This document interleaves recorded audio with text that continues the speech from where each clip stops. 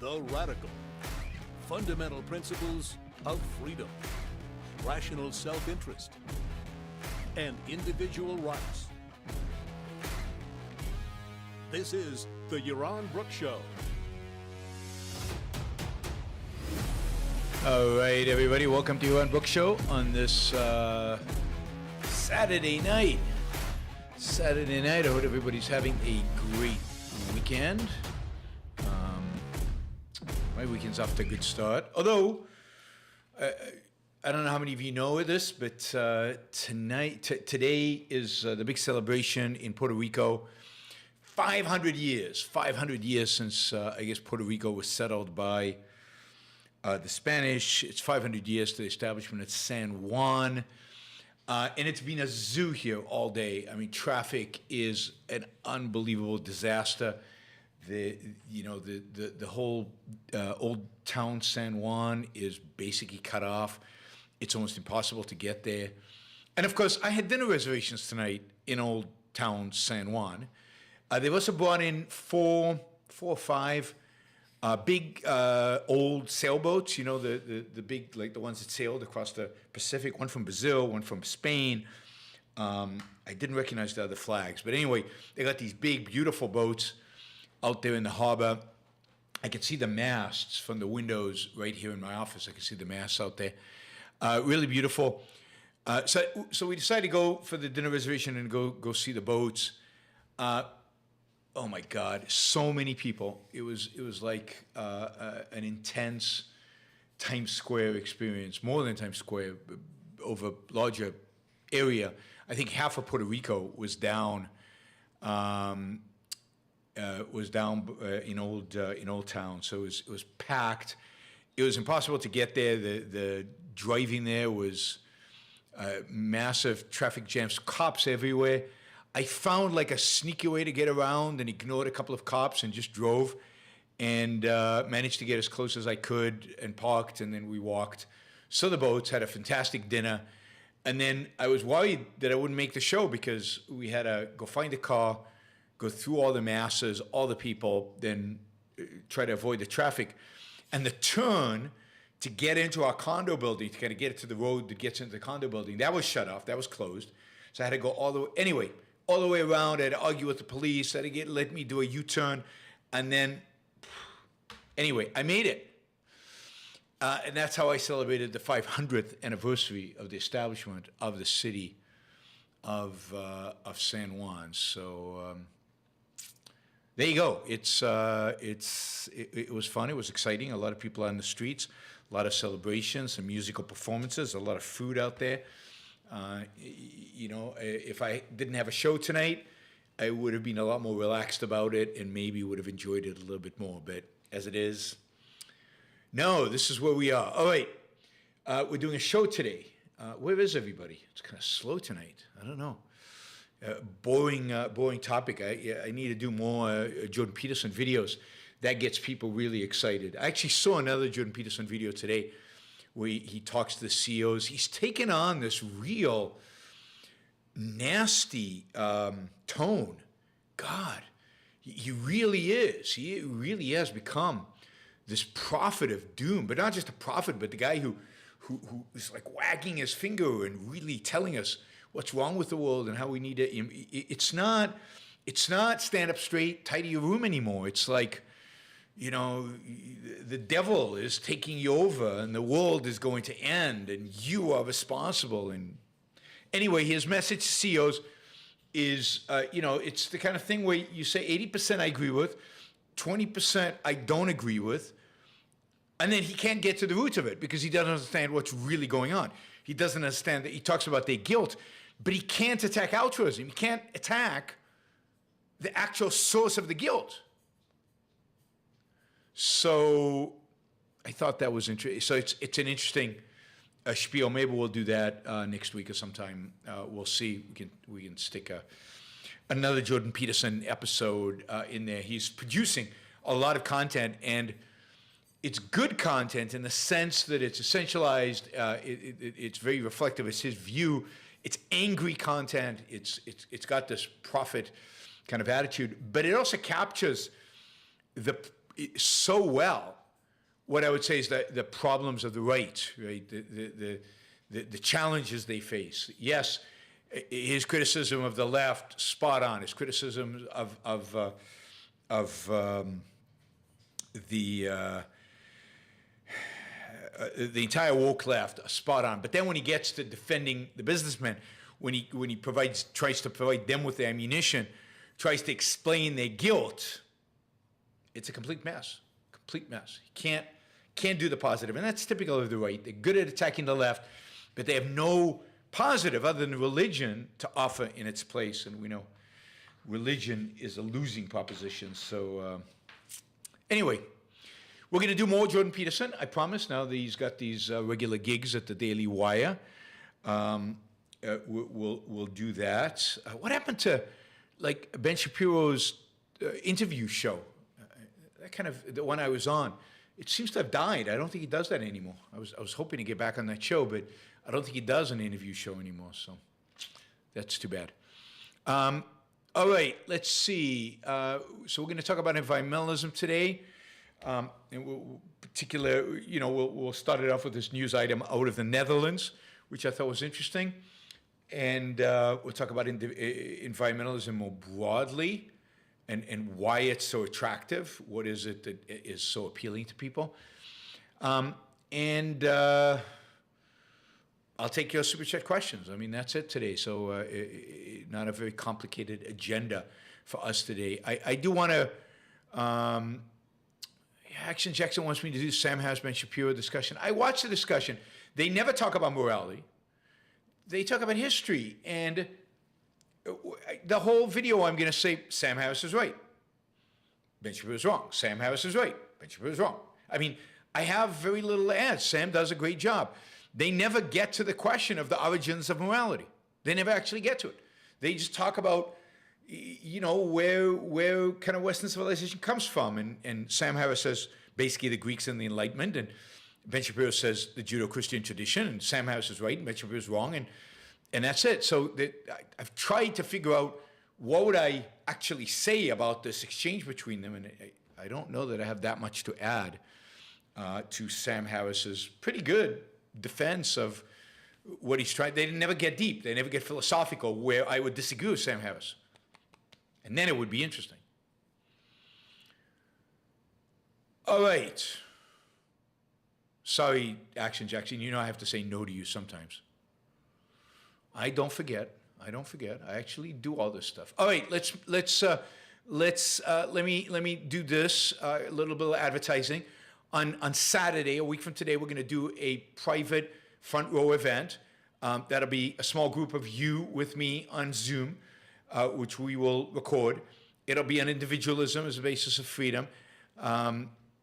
We polled you guys, and this is a topic you guys wanted. So anyway, there's still some slots available. It's $100. And if you can register, the link is in the chat. So it's actually right at the top of the chat. It's kind of stapled to the top. It will never move away from the top. So you guys can register for it up there. You can pay with the registration, and you can join me next week for the front row event. They were a lot of fun. Yeah, join us. Ooh, Daniel says Mark Andreessen was on Sam Harris's podcast. It was a fascinating show. Mark is a fascinating man. You should check it out. Yeah, I mean, I'm a kind of a bit of a fan of Mark Andreessen. I mean, I am a critic of Mark Andreessen's too. Mark is responsible for the Justice Department going after Microsoft in the 1990s, or at least one of the people responsible. But Mark Andreessen is indeed a fascinating guy. He's an Atlas Shrugged fan. He puts up a bunch of Ayn Rand quotes on his Twitter feed. And shockingly and surprisingly, he follows me on Twitter.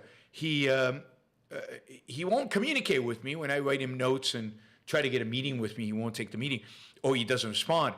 But he is really interesting. Oh, he was on Michael Malish's show as well. Maybe he'll come on my show. I'll have to approach Mark and see if he'll come on the show. Given that given that he follows me on Twitter, I can direct message him on Twitter and see if I can get him to do a show with us. That would be a lot of fun. That would be a lot of fun. But Mark Andreessen, for those of you who don't know, is one of the founders of Netscape, the first internet browser. He more recently has become one of the most successful venture capitalists in the world. He is one of the founders of Y Combinator, which seeds a lot of startups and provides them kind of with incubation. And he's just a super smart guy. He would be good to talk about crypto because he's a huge investor in crypto. And he's one of those smart investors where you say, if Mark Andreessen's invested in crypto, maybe there's something to it. So he would be a cool, I'll try to get Mark Andreessen to come on the show. By the way, on Thursday this week, we're going to have Gene Maroney on the show. And for those of you interested, I know a bunch of you have been interested in questions around introspection, in questions around personal happiness, in just questions around kind of the interaction between psychology and philosophy, kind of psychoepistemology, just integrating your emotions with your thinking. We'll have her on to talk about those things, and I think it's going to be fascinating. I think it'll be a lot of fun, and hopefully you'll be there. It'll be a great opportunity to ask a lot of the questions that I've maybe given answers over the years on, but maybe you're not too satisfied, or maybe I've said, we really should ask somebody who thinks about this stuff. So Gene Maroney. So we'll do that on Thursday, so look forward to that. Oh, wait. Enough chatter, I think. I see some super chats already coming in. Thank you, guys. I appreciate it. So it turns out that the media is not really reporting this, not here in the United States nor in Europe, but there have been pretty large demonstrations in the Netherlands. In the Netherlands, there are over on the highways and the overpasses, there are a bunch of flags of the Netherlands hung upside down. There are demonstrations in front of Parliament. There are demonstrations in different places in The Hague. There are demonstrations in various places around the Netherlands by farmers. Now, it turns out over the last few years, the Netherlands has been a big place for demonstrations. If you remember, during COVID, Netherlands was one of the most aggressive places in terms of lockdowns, and there were a lot of anti-lockdown demonstrations, and the police got pretty violent with demonstrators over there. So so Netherlands has a certain, has developed, I guess, a certain statist, kind of authoritarian attitude, unfortunately. And I don't know much about the government right now in the Netherlands. I mean, the Netherlands kind of is like most of Europe, probably has kind of a center-left government running it. But if somebody from the Netherlands or somebody who knows more will tell me. By the way, I apologize for titling this Danish farmers. I always get mixed up with Danish and Dutch. But of course, Danish is from Denmark and Dutch is from the Netherlands. Isn't that obvious? Dutch is Holland. So, finally I got it straight. Somebody actually posted on the first post on the chat. Vladrin posted, so I fixed it. He was right. I was wrong. So it's a center-right. Justin says it's a center-right government. I think that makes that makes sense. I mean, Europe has this mixture of center-right, center-left governments. So Netherlands right now has a center-right government, but basically Netherlands is a pretty statist country. I mean, again, the police were pretty brutal during COVID with the demonstrations against the lockdowns. Anyway, these demonstrations in the Netherlands are indicative, I think, of what is to come. They were a little reminiscent of the Yellow Jacket demonstrations in France, which you've probably all forgotten about because that was pre-COVID. But if you remember, France was shut down like every weekend. It was shut down. Paris was you couldn't go to Paris because there was demonstrations and riots and it was called the Yellow Jackets demonstration. The world is, we're going to see a lot more of this, but let me, if you could succinctly describe what all these demonstrations have in common. You're seeing a little bit of this in Sri Lanka, although Sri Lanka is a little bit more complicated. But basically what we're seeing in the world and what we're going to see more of in the world, I think this is just the very, very tip of the iceberg, the beginning, is, although, of course, all the icebergs are melting, so it can't be the tip of the iceberg. This is the beginning of common people, working class people, farmers, common people realizing the costs to them of environmentalism. Now, the costs of environmentalism have already been pretty big, but they've been relatively to what's coming small. They've been sped out. They've mostly been in the name of clean air and clean water, and who doesn't want clean air and clean water? But we're now getting to really a new phase, a phase of massive changes to agriculture, to what and how we drive, to the cost of gasoline, to the cost of electricity, derived not just from climate change, but anti-GMO and anti-non-organic and anti-fertilizer and levels of pollution that used to be tolerable that now are not tolerable. What you're going to see is in the Western world, you're going to see people starting to suffer because of an agenda they don't quite understand. They can handle the heat. They can handle changes in the weather. Their ancestors have been handling changes in the weather for a long time, and as we'll talk about, we're better suited to handle those changes now than ever in all of history. But they're going to expect it to suffer. They're going to be expected to sacrifice. For whom?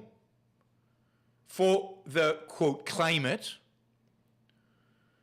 For people in Africa, supposedly, who might have it too hot. For the residents of the Maldives, who might be flooded. Although they haven't been yet, but might be, maybe one day, who knows? For some vague notion of it's going to get warmer, it's going to get hot, you're all going to boil to death. In the name of millennial hysteria, panic, Armageddon type thinking, and most people, unfortunately, accept that. Until it really starts biting, until it really starts hurting their pocketbook, until they realize that they are expected to bear the cost of theories and ideas and consequences that they don't really understand and that are being pitched and being articulated by elites in the country, by the wealthy and primarily the educated in the country, that will only bear a small part of the cost of this because, or maybe that's not right. They'll bear a cost, but they can afford to bear the cost. To them, it's a slight hit. To the lower middle class and the working class, it's a devastating hit. And this really drove the Yellow Jackets, if you remember. In France, it was the cost of gasoline. The cost of gasoline because of new restrictions around climate change that the French government has imposed. And these people are saying, look, we live in a country, we drive a lot. You're wiping out our profits. You're wiping out our livelihood. We can't survive if we have to pay this much for gasoline, for our trucks, for our tractors, for traveling. And you highfalutin intellectuals in Paris, you might not feel it. You don't drive that much. But we do. This is our livelihood.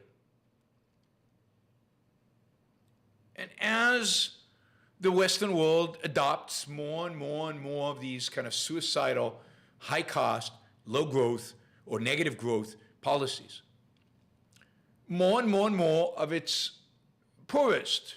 I mean, when we're not talking about the welfare poor, we're talking about the working middle class, lower middle class, working class people, people who work for a living, they're going to start looking around and saying, wait a minute, why are we being sacrificed? For whom and for what? We're not buying this. And this is why you get the rise of kind of right-wing populism all over the world, why you get the rise of the working class are going from being leftists to being rightists, because people on the right have lots of problems, but at least on many of these environmental issues, at least so far, they seem to be better. And the popularity of populist rightist movements is growing among the lower middle class, among the working class because of this. And that's why, by the way, the right is moving left on economic issues. Because that's what its constituency, this new constituency, this working class, low middle class, wants them to be pro-welfare state, government intervention. They're not capitalists. They're much more close to the socialists. But on social issues, and certainly on environmental issues, they tend to be more on the right. So it's this complete realignment of our politics. We saw this in America with a lot of people who used to vote Republican now voting Democrat, and a lot of people who used to vote Democrat, primarily working class people, voting Republican post-Trump. We saw it in the UK, where now the North, the industrial North, the working class North, used to be the stronghold of labor, the stronghold of the socialists. It is now the stronghold of Brexit, not because those people changed their minds in terms of the economic policy, not because they changed their minds in terms of the role of government in the economy, but because they changed their minds about immigrants, because they didn't identify with the left with regard to immigrants, and they don't identify with the left with regard to environmentalism. Although the conservative movement has moved so far to the left on environmentalism, I'm not sure there's a difference between left and right in the UK on that issue. I'm starting to like the idea of Liz Truss, I think her name is, as being the next prime minister. She, at the very least, admires Margaret Thatcher and claims that she wants to have policies like her. I say give her a chance. I mean, the other guy, Sunak, I think is too much of a moderate, middle-of-the-road, stand-for-nothing guy. Truss at least claims she's going to rule, she's going to govern from a Margaret Thatcher perspective. So let's give her a chance. She says that, let's see. Okay, back to Holland, to the Netherlands. Did you know that the Netherlands have 100 million cattle, chickens, and pigs? I mean, how many of you I don't know how many of you have lived, been to the Netherlands, been to Amsterdam, or driven around the Netherlands? I mean, the Netherlands is a tiny country. I don't know, it's the size of Rhode Island. Maybe it's a little bit bigger than Rhode Island. It's a small country, flat. Much of it below sea level. That's why they have dikes. Justin says he's from the Netherlands. Is he in the Netherlands or is he from the Netherlands? He's trying to have it both ways. Netherlands has 100 million cattle, chicken, and pigs. Justin, how many people live in the Netherlands? He's from the Netherlands, but I guess you don't live there anymore, Justin. Where do you live now? So the Netherlands is tiny, right? Netherlands is tiny. Danny's also from the Netherlands. So Danny, what's the population there? 17 million. So you have basically, you have what? 6 cows, chickens, and pigs to every human being in the Netherlands. Like, I always make fun of New Zealand because there's so many more sheep than human beings. Well, New Zealand is nothing as compared to the Netherlands, where it's not sheep, it's cattle, chickens, and pigs, but 100 million, God, that's a big number. Anyway, it turns out that when the cattle, chicken, and pigs poop, is that the technical term? When they poop, and the manure is spread around. And then when they urinate on that manure, what happens, and I hope nobody's eating dinner right now, but what happens when you do that, when you combine urine and manure, what you get is ammonia, which is a nitrogen compound. Defecates. That's a good one. When they defecate, and then they piss on what they defecated, something like that. Anyway, what you get is this nitrogen compound and ammonia, right? Unfortunately, this excess nitrogen, by the way, very good for the soil. I think it's a good fertilizer, but it runs off into the rivers and lakes, and supposedly damages sensitive natural habitats. Whose natural habitat?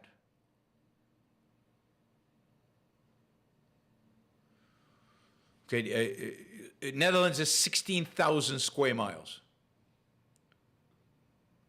I don't know how big that is, right?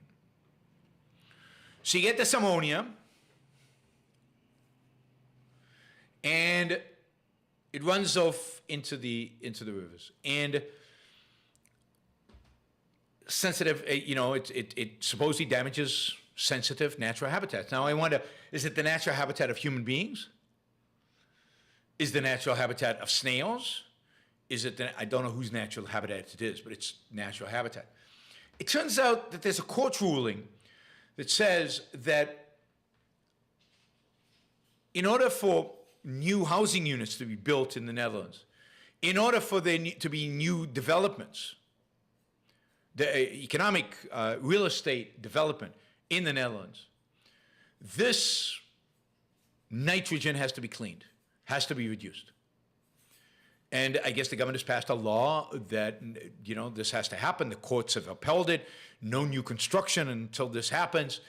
So the government has decided that they demand that the farmers shrink the size of their livestock population by 30%. 30%. All right, sorry, so Netherlands is 10 times larger than Rhode Island. It's still smaller. Like, I've driven through it. I've driven from Amsterdam to Brussels. How long is that, 2.5 hours? I mean, so that's from the Netherlands into Belgium. It's a small country. Although, Maastricht is like that away. So, yeah, I mean, it's, I don't know, 4-hour drive in every direction, 5-hour drive in every direction, and you cover the whole thing. Right? It's also, by the way, has the highest density. Where did I read this? Right, it has the highest livestock density in Europe. In Europe. All right, yeah, it's wow. Puerto Rico is double the size of Rhode Island. Wow. Yeah, well, you can do the whole of Puerto Rico in a day. You can circumnavigate the island in a day. Anyway, so the farmers have to reduce their livestock by 30% in order to reduce the flow of nitrogen, reduce the flow of ammonia. And the farmers are saying, and they have to do it now. Not in 10 years, not by 2030. They have to do it now. And they're like, you people are nuts. The fact is that you will destroy our livelihood. We can't survive under those terms.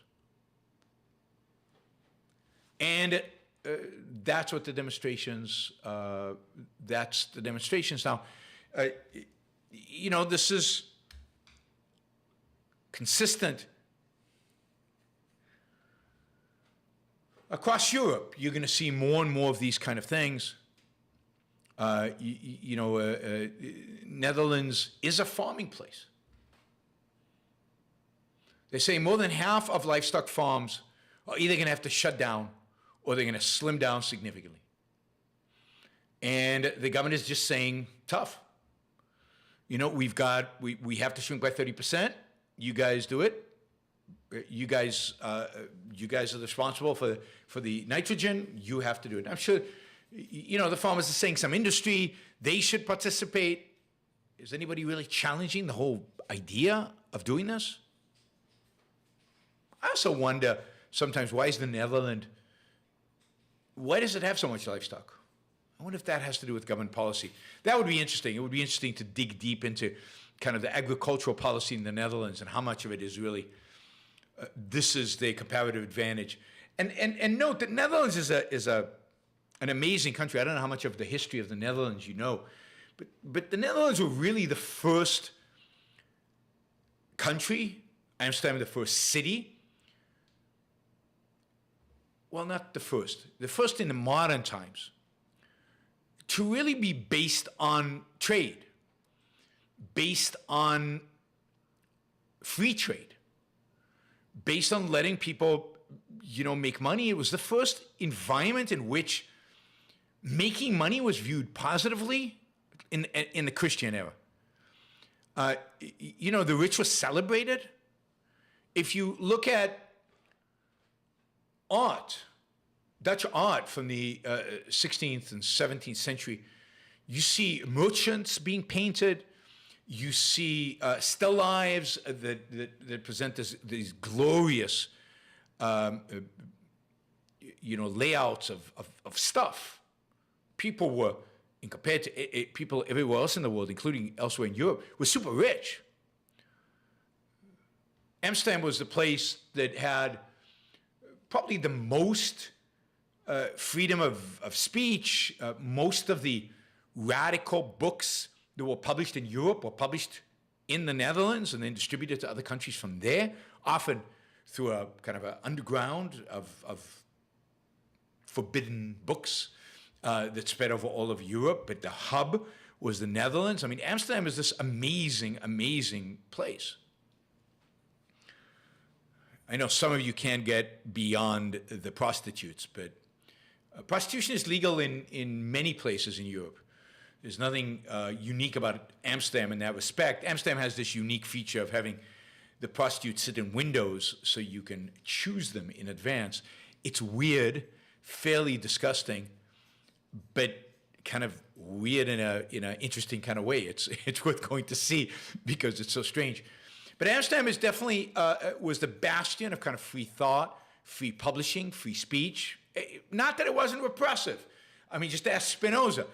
But you could get away with it, and they weren't going to burn you at the stake. It was a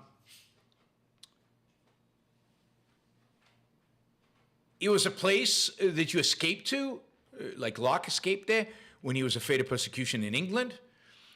But it was also a trading place, in a sense, one of the first cities that embraced markets, embraced capital, speculative markets, embraced insurance markets, and embraced global trade. It was the first place to completely embrace globalization from a trade perspective, and with a positive attitude towards it, not as we're going to go to these countries and get as much gold out of them, like the Spanish and Portuguese basically went, and their primary focus was on raw materials, and particularly gold and silver.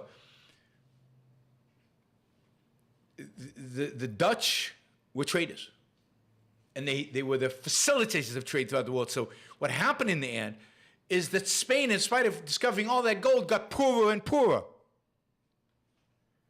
And all the money, all the gold, actually flowed to the free markets of the time, relative free markets of the time, and that was to Holland and England. They got super rich. Spain and Portugal got relatively poor. Just interesting. Natural resources don't make you rich. Tell that to Putin and the Russians. They still haven't learned that lesson. Anyway, I digress. I got into the history of the Netherlands, because Netherlands is a beautiful country and an amazing country. But I wonder why it's so agricultural. I wonder if there's something in the regulations, something in the way agriculture is regulated in the Netherlands that makes it, maybe it's subsidized, Maybe they don't allow corporate farming. It's just interesting. Anyway, massive demonstrations, thousands of farmers in front of The Hague, all through this year. So this started in February and it's been continuing. And yet, there's little that the government is willing to do, and a lot of farmers are going to go bankrupt. A lot of farms are going to shut down, and the remaining farmers are going to have a harder time making a living. It's interesting that 70% of the product that is grown on these farms, including the chickens, the beef, and the pigs, and the milk and the cheese, 70% of that is for export. And part of the thing that the environmentalists are saying, right, it's the attitude, that we export 70%, we export the goods, and we keep the rubbish, right? We keep the pollution. But of course, you manufacture, manufacturing has waste, but manufacturing brings in capital, it brings in livelihood. So, this perspective is, that's always the case. The waste is where the stuff is made. But there's a big push now for agriculture to be local, not to export, not to import. Food should be local. Part of the big move against globalization and global trade. So farmers are protesting. And again, we're going to see more and more of this because the environmentalist movement is not interested in human beings. It's not interested in our prosperity. It's not interested in our livelihood. It's not interested in making our lives better. It's not interested, ultimately, in making the world cleaner for us or safer for us. What they want to do, and you can see this in Germany, and I think the strongest expression of this, the strongest expression of the fact that environmentalists don't care about human beings. They don't care about electricity. They don't care about our quality of life and our standard of living. They don't care how many people are going to have to die of starvation, how many people are going to have to die because of weather-related causes. They don't care about any of these things, and the biggest indication of that is that they're anti-nuclear. Because think about it. Right now, there was a heat wave that went through Europe, and a lot of people died of heat stroke. By the way, I think it's like 5 times more people, maybe 10 times more people die every year because of exposure to the cold than do from exposure to the heat. So even though a lot of people died this year because of the heat in Spain and in France and in other places around Europe, many, many, many more of them will die if there is a really, really cold front and a real blizzard. Cold for human beings is far more dangerous than heat. But what is the solution to heat? And look, even if we do everything in the environmentalists say, and let's accept all their models, and let's accept that the world is heating and we have to stop using fossil fuels. Let's say we stop fossil fuels tomorrow. Their models still predict that we're going to get a lot hotter. So what about all those people who are going to die from the excess heat? Do they care? Of course not. They don't care one iota. They don't care about human beings. Because if they did, they would be the biggest pushers, the biggest cheerleaders for nuclear power, for massive investment in nuclear power.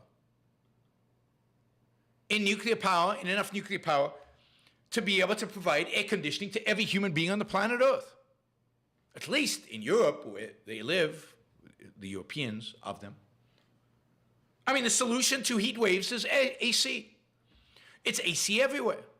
Let's get electricity costs down. Let's make them cheap, and let's make the electricity ubiquitous. Let's make electricity so abundant that everybody has as much as they want of it. And then everybody has AC. So why is it then a problem if the globe warms a little bit? or a little bit more. I mean, as I've said before, people live in Las Vegas, in Phoenix, Arizona, in Tijuana and Guadalajara, Mexico. Places that are hot, really hot. So innovate in the production of electricity, not solar and wind, intermittent, unreliable, don't work at night, which is absurd. So the solution to rising temperatures is air conditioning. Oh, but people say, but that's not everything that happens. Weather changes, and you get droughts. Look at California right now. Massive droughts. Okay, true. California's got a massive drought. The whole Southwest has a massive shortage of rain, and as a consequence, a real problem of water. Lake Mead in Nevada is way down, which is bad for the electricity generated from the dam over there, but it's also bad for drinking water for Nevada and for much of Southern California. So what do you do? How do you solve the water problem? Well, I mean, there's so many ways in which to solve this problem. There's so many ways that people 100 years ago would have said, you guys are crazy. Well, for example, it rains a huge amount in Portland.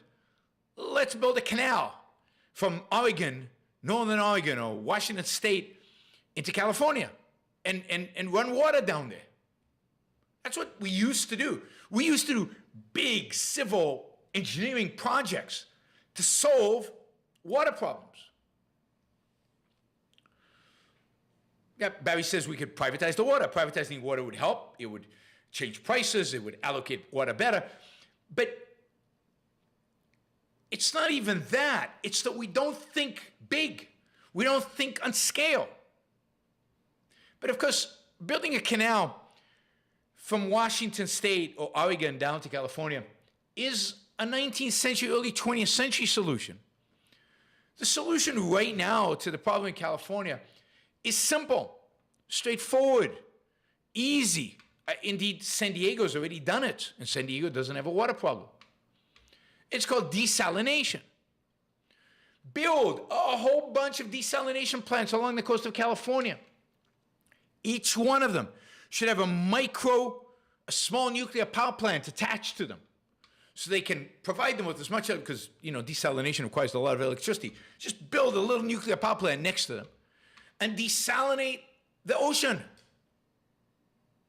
And take that water and provide it to California and pump some to Nevada and Arizona, and you've solved the problem. Maybe you could even fill up Lake Mead with a bunch of water taking out of the Pacific Ocean and desalinate it.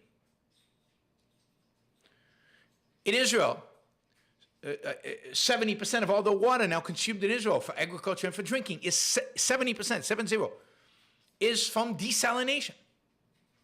They're using natural gas because they have a lot of natural gas now. This isn't hard. Oh, but you say. Oh, but you say. Desalination, it causes problems in the ocean. It destroys the fish. It destroys the seaweed. Who cares? Nuclear power plants by the water, they warm up the ocean, which causes, again, fish, seaweed, worms. Who cares?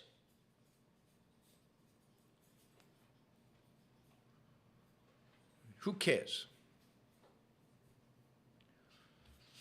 So again, in the name of, nitrogen in the rivers or in the lakes, a little bit of higher, which destroys local habitat of something. We don't even know of what the habitat is. In the name of seaweed and little fish and maybe a couple of sea turtles. I like turtles. I can see them from my window here in the condo swimming out there. But in the name of those turtles, we're willing to have no water. We're willing to have no water. We're willing to shut down modern civilization for the fish, for the seaweed.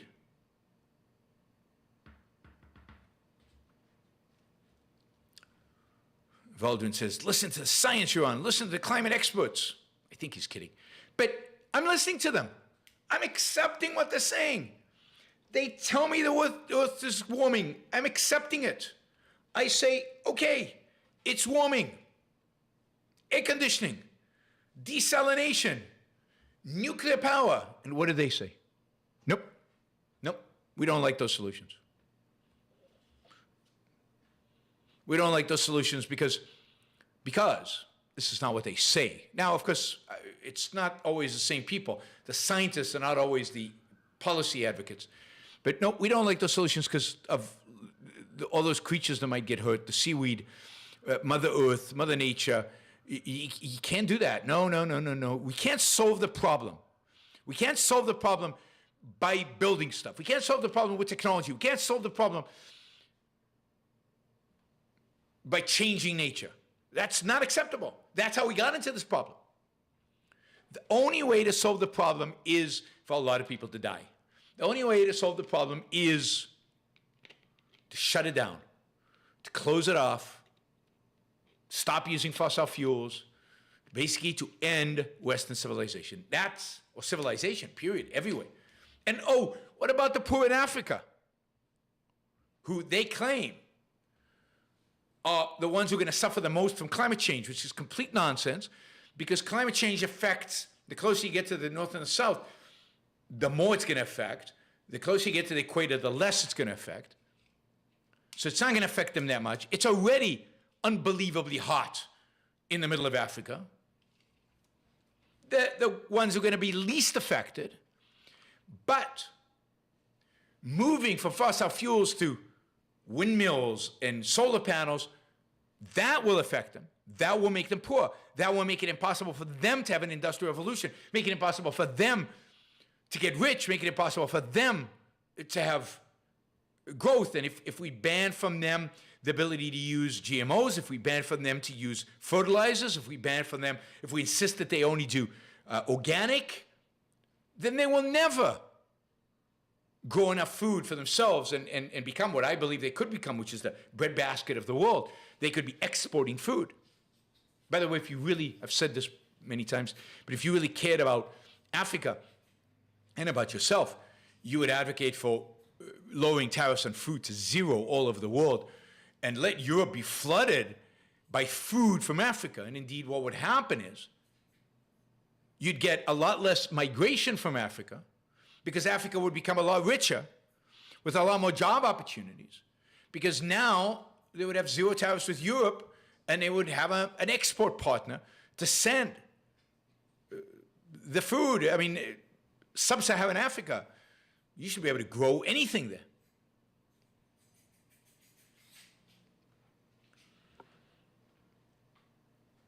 So the environmentalist agenda, the organic agenda, the politicization of agriculture, the agenda of the Greens more broadly, of these environmentalists more broadly, climate change included, is an anti-man. And note that what they're attacking is economic growth, development.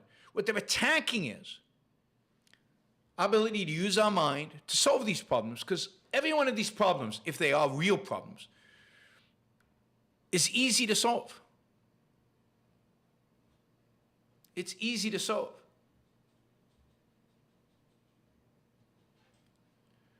By the application of the human mind. Not by barriers, not by shutting things down, not by banning things, not by telling people they have to be poor, but by freeing human ingenuity, by freeing up the human mind, by freeing up innovation. I mean, I don't know what the cheapest energy, best and cheapest energy is. I suspect it's going to be nuclear. But let's see. Maybe there's fusion out there. Maybe there's other stuff. But that's the beauty of markets. And if it's true that, as Jordan Peterson says, that oil is going to go to $300 a barrel, then there's going to be a lot of capital flowing into alternative energy sources. You don't need the environmentalists to do that. Sheer economics will do it. And in the world in which we live in today, imagine desalination. Imagine if there was a big push to build desalination plants because water is privatized, and now you can sell water to thirsty people all over California and all over the Southwest.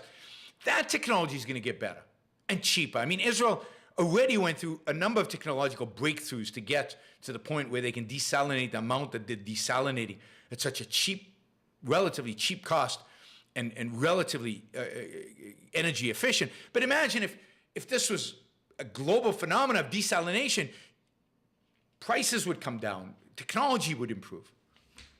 And the same true is of air conditioning, the same true of anything if there's real demand for it. I'd love to privatize the Mississippi River. That's a good idea, Wanda Freeman.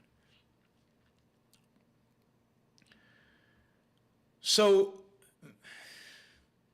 the evil of environmentalism is that they don't actually hold man's success, man's flourishing, man's happiness as a standard.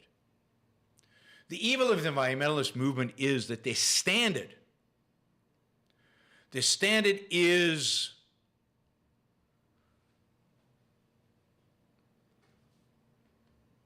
the intrinsic value of nature, but nature has no intrinsic value.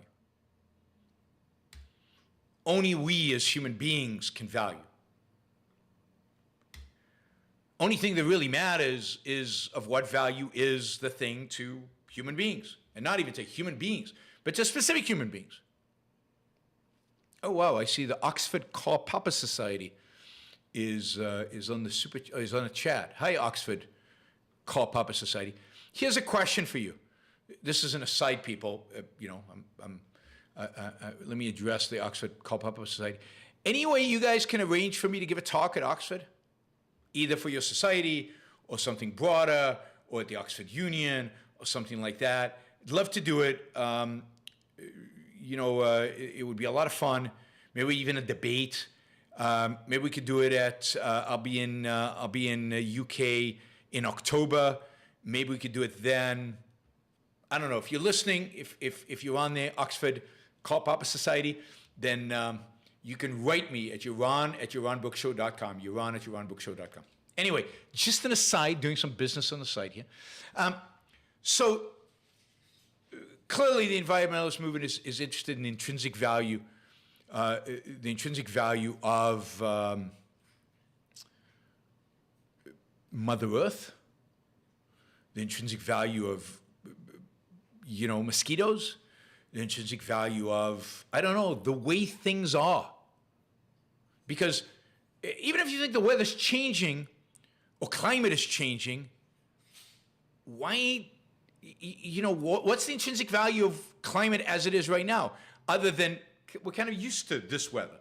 But 1,000 years ago it was different. Further back, there's been mini ice ages, there's been major ice ages. I mean, what is it about this weather that's just right? Yes, we've developed, our modern societies are based on kind of this weather. Okay, but we can change. That's the other thing, that so many people fall into this trap. They fall into the kind of this status quo thinking. And that's the idea that the way things are the way things are the way things are.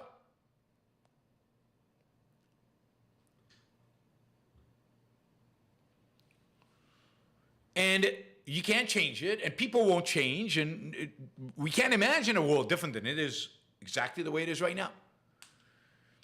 But that's ahistorical. That is, it lacks an understanding of human nature. It lacks an understanding of what we're capable of as human beings, of our ability to reason, our ability to achieve,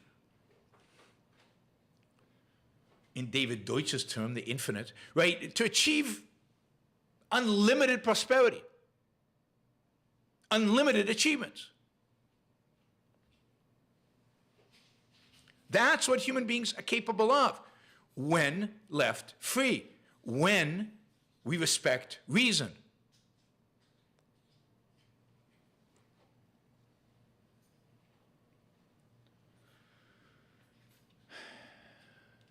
What they're really attacking, what the environmentalists really hate, what the environmentalists are really attacking is human reason, is human achievement, is economic growth and economic and human flourishing.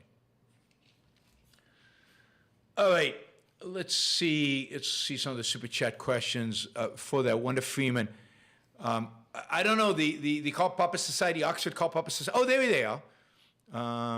Also, we live in an ice age. We're in the interglacial. Oh, in an interglacial.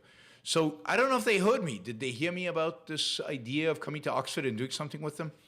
I don't know. Somebody try to communicate with them and tell them what I said, because I don't see a response. They can say, go to hell, we don't want you, but I don't see any response. It's like they didn't hear me. Maybe they're on a different timeline. Maybe they started the show earlier and they haven't heard what I said about them. All right, let's see. Do we have?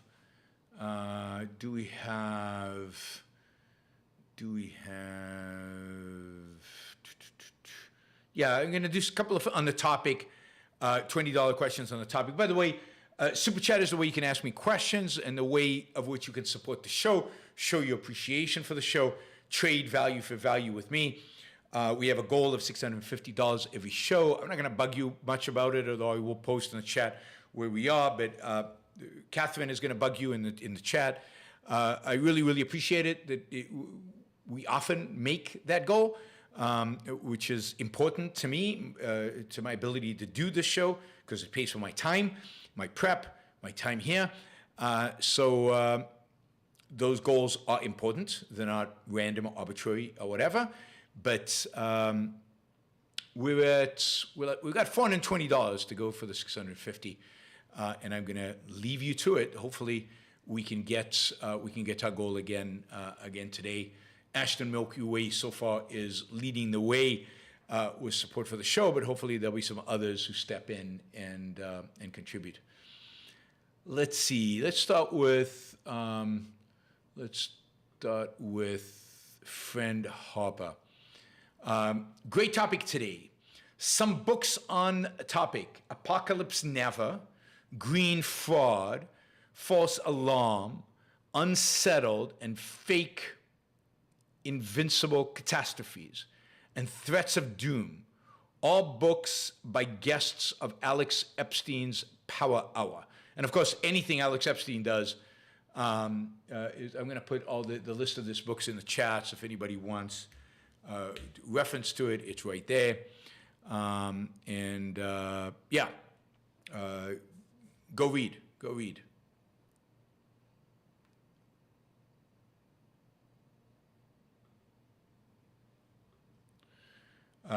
Let's see. Ashton, don't you think that climate alarmists are kind of zealots with their belief? They seem to be anti-civilization with all these solutions to supposed problems. Yeah, I mean, they thank you, Stephanie. Appreciate it. They did respond. We might be interested in organizing an event. We'll be in contact with you. Cool. That would be a lot of fun if we did something. Maybe we could do something with me and David Deutsch. That would be really fun.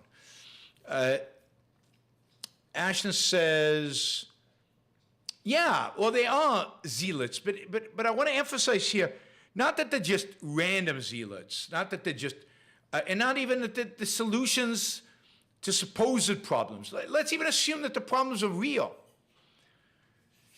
The issue here is that what they have is a deep, fundamental, and this is at the core of their beliefs, disrespect for human reason. They don't, and for human freedom and for human liberty. So they fundamentally don't think that it is possible for human beings to solve the problem without shutting down civilization, without doing away with human progress, without killing off a big chunk of humanity. Right? So it's more than they're just being zealots. It's that they hold an anti-reason, they hold a mystical philosophy that is motivating them, and it's anti-human. It's anti-enlightenment. It's anti-freedom and it's anti-reason. I'm repeating myself. All right. Ashton then follows up with, the climate alarmists seem to be Rousseauian in their belief, from Rousseau, a sort of Ted Kaczynski view of the world and technology and anti-progress. Absolutely. And you're right.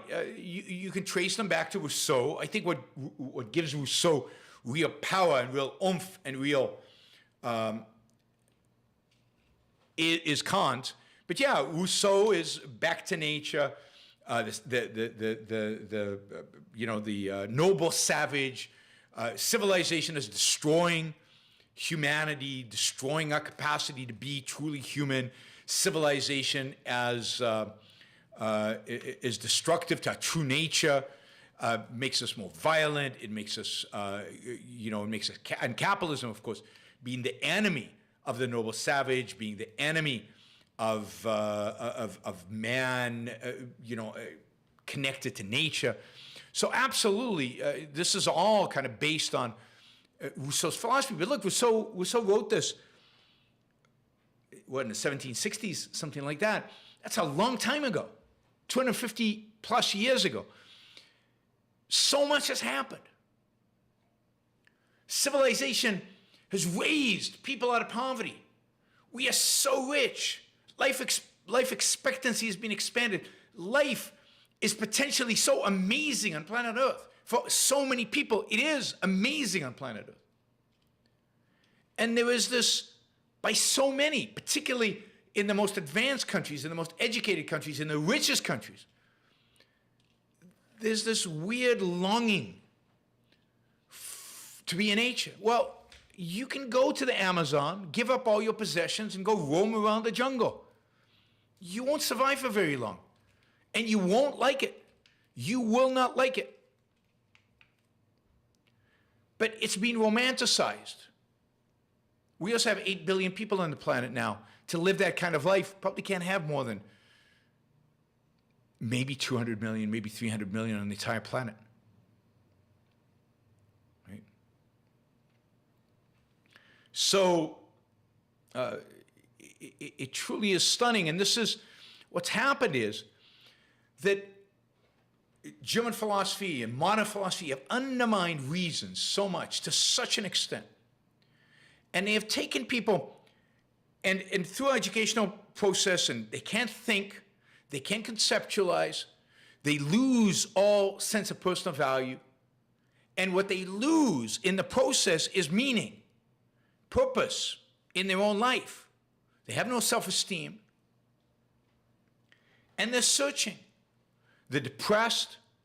They think this world is overly materialistic because they can't find value and they can't find purpose in it, because they can't think, because they've been trained not to think. They're miserable. And they're looking for answers. And they find answers in the mushy kind of philosophy of back to nature and noble savages and anything but to take responsibility for their own lives, to use reason to make their life meaningful, to use reason to build, to produce, and to find meaning, to find their purpose in life. The fundamental thing that modern society is doing today is it's undermining and destroying reason. And when you undermine and destroy reason, when you undermine and destroy cognition, when you undermine and destroy our basic means of survival, you undermine and destroy human life. And that's what the left today is doing on scale, and taking advantage, particularly in countries that don't have a form of religion. They're replacing the old Christianity with a new Christianity, where you're supposed to not sacrifice yourself to a god, you're supposed to sacrifice yourself to the planet, to worms, to spotted owls, to anything. The one thing they haven't changed, the one thing they haven't challenged is sacrifice, because sacrifice is the morality of the unthinking. Altruism is the morality of the unthinking.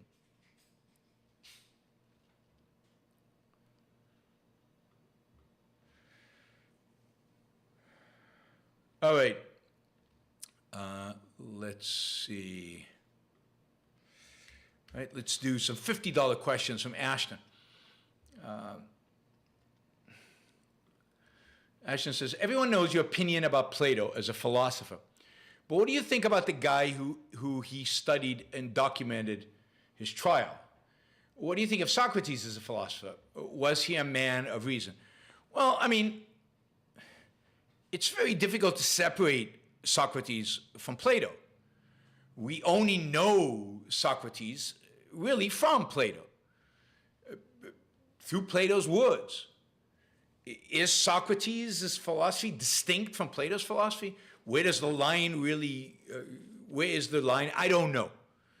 But look, in spite of the fact that I think Plato and really Socrates' philosophy is wrong, in spite of it, I think that they have set mankind on a course that has been unbelievably destructive. They are geniuses of all time. And they set man on a course ultimately of thinking, of asking questions, of looking for solutions. And then it is men who chose to accept their answers, which were wrong, which are destructive. But somebody has to ask the questions. And one of the things I admire about Plato and Socrates is that they were the first, among the first, to ask deep questions, to ask questions of significance, and have profound, interesting answers. Wrong answers, destructive answers, but answers. So, you know, if you're going to hate somebody, you know, I don't hate Plato. He's too early for me to hate. I still consider him somewhat innocent. He probably wasn't, but somewhat innocent in the sense that it was so early. But once you have Plato and once you have Aristotle, for really, really smart, knowledgeable people to choose Plato over Aristotle, that's where the problem is. The problem is in the people who followed. The problem is in the willingness of people to embrace Plato, to embrace Socrates, to embrace their philosophy. And by the way, the difference between Plato and Socrates, you're going to have to ask, like Greg Salmieri, who knows ancient philosophy, rather than ask me. I'm certainly not an expert on ancient philosophy. I don't know very much about ancient philosophy, so you're going to have to ask them. But the point is that I don't have a negative view of Plato like I have a negative view of pretty much every philosopher afterwards. Because they actually faced a choice. They saw an alternative. They could have built an Aristotle. They could have improved Aristotle, as Ayn Rand ultimately did. They could have embraced reality and an epistemology of reason. And to the extent that they didn't, they're the ones to blame for modern society. The people who chose Plato. I don't think Plato is blameworthy in that sense. Not in the same sense as Kant is blameworthy. Because Kant comes later. He comes after the Enlightenment, or in the midst of the Enlightenment. He certainly comes after Aristotle. He knows all the choices he faces. And he chooses the destruction of the Enlightenment. He chooses to be an anti-Aristotelian. He chooses implicitly Plato. Therefore, he is much more blameworthy than is Plato. Plato didn't face an alternative, other than reality itself, but he didn't face an alternative. Not really.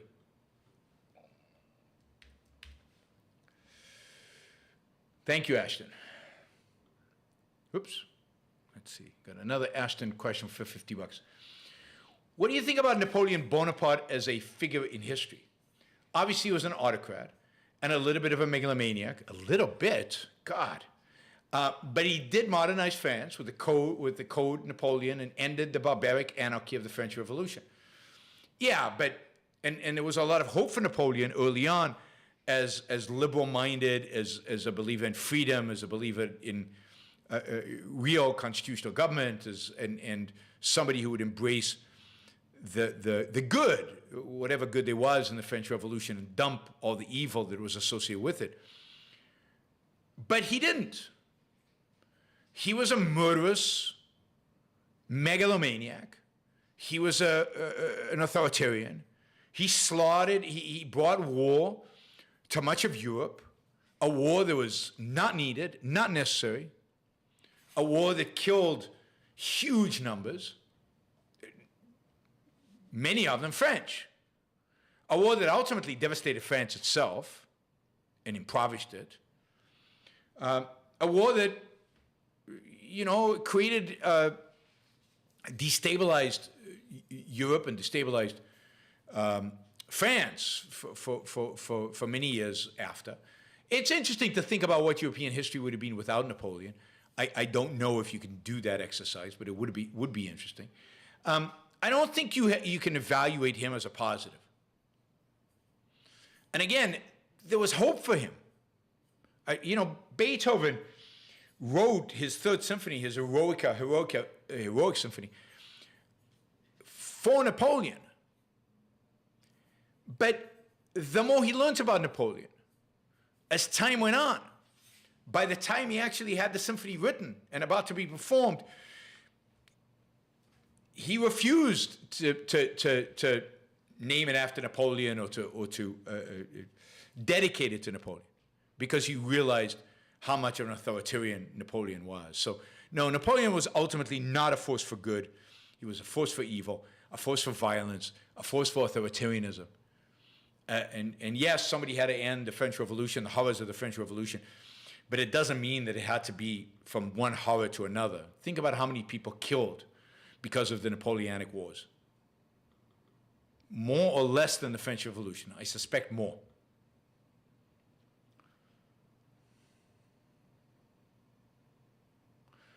All right. All right, J-Lord. Thank you for the support. Oh, but I don't have an answer. What are your thoughts on the way Prime Minister Bob Hawke and Paul Keating liberalized the Australian economy? Unfortunately, I don't know much about the two of them, and I don't know how much they liberalized the Australian economy. But I suspect, and maybe I'm wrong, but I suspect that they didn't go far enough, because it doesn't strike me that the Australian economy is that liberal, that it's that free, that it isn't still kind of a horrific mixed economy. And certainly, when you look at what happened with COVID, I mean, that was just a horror for Australia. So it's hard to imagine Australia being a free country. So it seems like, at least appears to me, that whatever they did, if they liberalized, that's good. It couldn't have been very much. It couldn't have been very deep. It couldn't have been very substantive, given where Australia finds itself.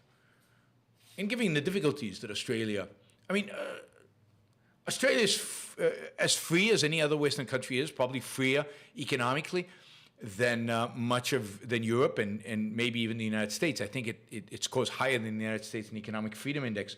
So to the extent that they got it there, that's good. But there's so much more that can be done. There's so many missed opportunities by people who liberalize up to a point and then stop. And now what do we have? We have a leftist government in Australia, partially because they didn't go all the way. We didn't get all the benefits of that liberalization. Michael asks, you say free will is like gravity. We know it exists, even though we don't know where it comes from. But doesn't modern physics have a decent understanding of the origins of gravity, a lot more than the concept of free will? No, I don't think so. Well, first of all, it doesn't matter. Let's look back 300 years, before Newton.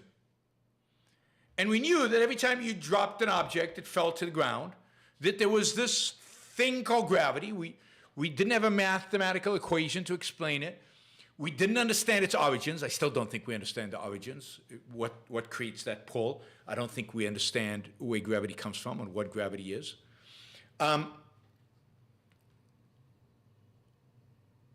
So just think about 300 years ago. Gravity existed. We all knew it existed. We didn't have equations. We didn't have understanding, but we knew that every time we dropped an object, it would fall to the ground. We had some beginning of understanding of the principles that guided it because of Galileo, the principle, again, the mathematical description of it, but not what it is. The same thing is true of free will. We can observe it. We understand something about how it works, what is involved with free will, the choice to focus or not to focus, to think or not to think, the command to engage, to be in focus. That's what free will is. We understand that. We know that. In that sense, we've got an equation. We don't understand the underlying physics. So what? We didn't understand anything about gravity 400, 500 years ago, and yet we knew it existed. You know, my belief, I strongly believe that as we learn more about the brain, as we learn more about the mind, as we understand our, you know, the new, neuroscience, as we understand more about the structure of the brain, the working of the brain, we'll understand more about consciousness. As we understand more about how cells work, we'll understand more about life. And with that understanding, we'll understand more about free will. But in terms of the mechanism, if you will. But that's the same as with gravity. The more we understand about particles, subatomic particles, atoms, molecules. But a long, long time ago, we didn't know any of that. And yet we still knew there was gravity. And you didn't defy gravity. You didn't go out, jump off a bridge saying, whoop, I don't know, maybe this time I won't drop. So it's directly observable. That's the validation of free will, that it's directly observable.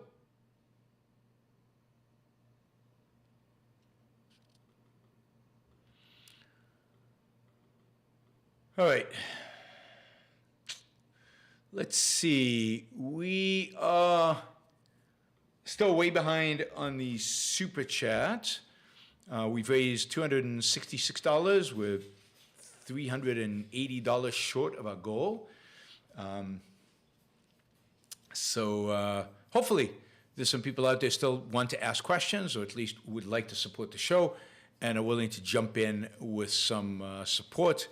That would be greatly appreciated. I'm sure there's a lot of people listening right now who are new to the show or who don't participate in the super chat. Very few people from the total 130 people who are listening right now, and probably more like 300-400 people who've listened throughout the evening.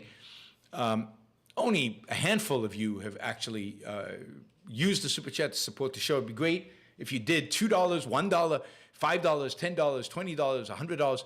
Whatever level you feel comfortable with, it would be great just to show an appreciation for the value that you get from the show. Now I know some of you are monthly contributors, and thank you for that. And yeah, that's good enough. But if you'd like to throw a little extra in, happy to accept it. All right, Richard asks, I just confirmed that Noam Chomsky recently said, quote, "The U.S. is living under a totalitarian culture much worse than the Soviet Union," unquote. He could be right. What has caused authoritarianism to rise in the U.S. The past 10 to 20 years? Well, first of all, he's not right. That is a ridiculous, bizarre, absurd, nutty, crazy, evil statement. Not by you, Richard, by Noam Chomsky. I mean, really? How many of you are going to the gulags? How many of you are being just outright killed? How many of you are just being outright poisoned and destroyed? I mean, we do not live in the Soviet Union. Tens of millions of people were murdered. I mean, even today in Russia is 100 times worse than what we have it here. I mean, you might get a Twitter gang attacking you on Twitter. Oh my God. You compare that to the KGB taking you into a cell and torturing you? Yes, We shouldn't make light of woke culture. You might actually lose your job, and that's horrific, and that's terrible, and your reputation could be sullied, and that's terrible, and that's horrific, and that's bad. It's still not the gulags.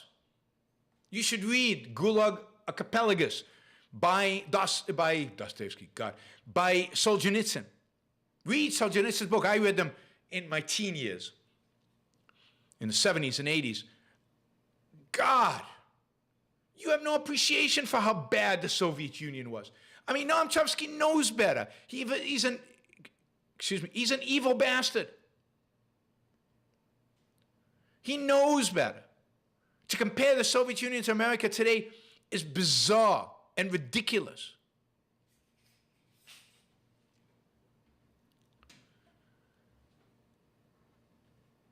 Now, we are moving towards more authoritarianism. We are certainly moving towards less freedoms. But it's a very slow process. And still fundamentally, by the way, free speech today in America is protected more than it's probably ever been in American history. More than it's protected in any other, as far as I can tell, any other place on planet Earth. We don't have hate speech laws like they do in Europe. You can kick the President of the United States off Twitter. What is better proof of liberty than that? Than the fact that we have free speech, the fact that the government doesn't control our media.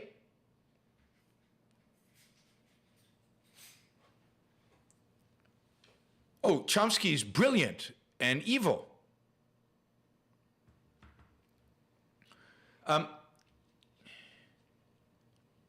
So let's get a grip, people, about how bad things are. They're not that bad. Not as compared to the Soviet Union. Not as compared to Maoist China. Not as compared to Russia right now. So,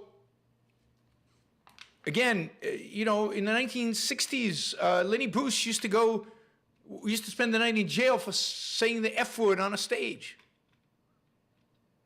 which he was invited to. Today, you can say anything. Nobody's going to put you in jail. So yes, there's a woke culture. There's a culture we've got private companies on social media who restrict what you can say and what you can't say up to a point. Jordan Peterson, I guess, got kicked off of Twitter, but he has one of the largest platforms in the world on YouTube and on the Daily Wire. So he can still speak, he can still say whatever he wants, he can still access millions and millions of people.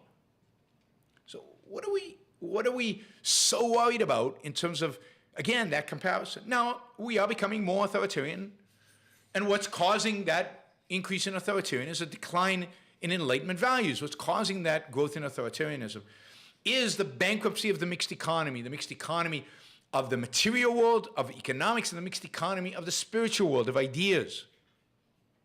We want to have a cake and eat it too. We want to have technology and religion. We want to have freedom and regulations. We want to have wealth and the welfare state. We want to have altruism and the pursuit of happiness. What's causing the state of the world is the bankruptcy of this wanting contradictions. It had to go bankrupt. Ayn Rand called this 40 years ago, 50 years ago. Right? Well, Atlas Shrugged, 70 years ago. She saw it, right? She saw that you can't continue to live the contradiction. You can't have your cake and eat it too, in that sense. You can't have reason and mysticism fighting over the culture. One of them will win, and if it's not reason, it's mysticism, and reason is losing. And reason is losing because the defenders of reason are weak. The defenders of reason won't take Ayn Rand seriously. The defenders of reason won't use the best philosophy to defend reason, which is Ayn Rand. So you get the mystics of the left and the mystics of the right, the environmentalists on the left and the Jordan Petersons on the right. And both are authoritarian. Both ultimately want to dictate your life, your morality, your spiritual values, and your material values. They want to do it differently. They want to do it at different paces, in different ways. But it's mysticism. It's altruism. And collectivism. Those are the three. Mysticism, altruism, collectivism. The dominance and the fact that reason, egoism, individualism, capitalism have no defenders other than Ayn Rand. No real defenders other than Ayn Rand and a few voices out there that might be fellow travelers on some issue and not on others. There's just not enough of us to counter that. That's what's causing the increase in authoritarianism in America. But God, we're nowhere near as bad as the Soviet Union or Russia right now. Friend Harper, spending some money in spite of yourself, huh? All right, thank you. If you made a goal for monthly donation support to remove ads from the podcast episodes, you would reach the goal quickly. I would even increase my monthly support for the cause. All right, I mean, it's really simple. If we could increase the monthly support by $2,000 a month, by $2,000 a month, then I will take off all the ads from the podcasts. I'll switch it to another platform that allows me. This platform, I think, doesn't allow me to take off the ads, but I will shift to a ad-less platform. So $2,000 dedicated to no ads. So if you increase your contribution, your monthly contribution, write in the thing no ads, I'll count that. And when we get to 2,000, I will eliminate all the ads from the thing. Yes, I mean, you have to let me know, or we can, if somebody wants to set up like a GoFundMe type campaign, the different platforms, the different apps that you can do that. But it has to be monthly contributions. It can't be a one-time thing because the ads are monthly. But if you do that monthly, I'll get rid of the ads. I mean, the fact is that because of the Super Chat, I got rid of ads on YouTube, right? Only the short videos have ads. The long videos, these videos, when you watch them later, have no ads. And that's because, the ads is so little money and they're so obnoxious, and having a more loyal kind of viewership is much more important. So whatever platform you contribute, put no ads in like a comment section. I'll try to keep track of the amount of money. And we can also create, if one of you, if Friend Harper, if you or somebody else wants to create a little campaign, a kind of a GoFundMe type campaign on some app or some platform to get rid of the ads, then we'll do that. As soon as we hit $2,000 a month, they are gone. $2,000 a month is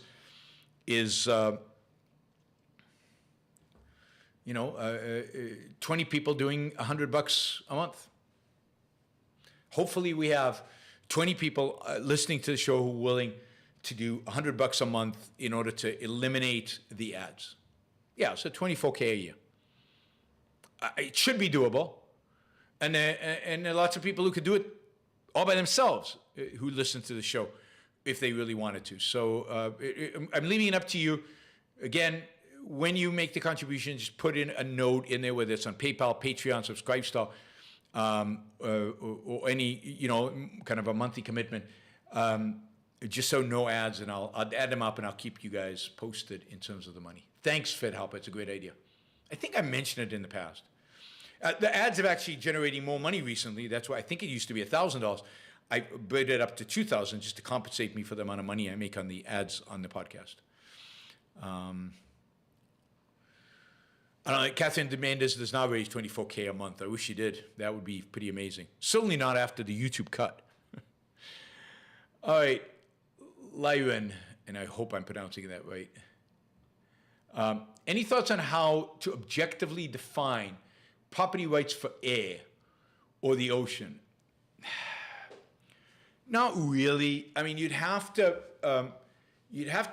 define property rights in terms of use of this. It's like we define property rights in terms of noise, right? So we've come to some agreement that certain types of noise, certain amounts of noise are a violation of our property rights. So if our neighbor blasts the stereo at midnight, we can complain and justifiably shut it down. And so you can imagine defining the air I breathe, for example. If I can, so I have some right around the air I breathe, but if the pollutant that's causing me harm, or a really bad smell, let's say, is coming from a particular place that I can identify, I can have legal recourse against it. And that would qualify in a sense as property rights over the air. A really bad smell, really bad noise, really bad toxins in the air. If you wanted to build a building that had cantilevered and covered my house on top, that probably would not be legit. So we would also have some kind of distance above the house that would be protected. And that would cover, for example, whether somebody could fly a drone into your backyard and watch you. Not if they were lower than X amount of feet into the air, and you'd have to think about, in a world of drones, how far that would have to be in order to preserve your privacy. Oceans is the same thing. It's not like, for now at least, when we're not using oceans the same way as we use land, it's not you fence off a piece and this is mine. Property rights over oceans more have to do with how we use oceans. So could we figure out property rights over fisheries, over schools of fish? Those are the kind of issues you'd have to think through. There've been some attempts to do it in Iceland. I think Scandinavia's tried. I think they need to be a lot more sophisticated, and they can be a lot more sophisticated. I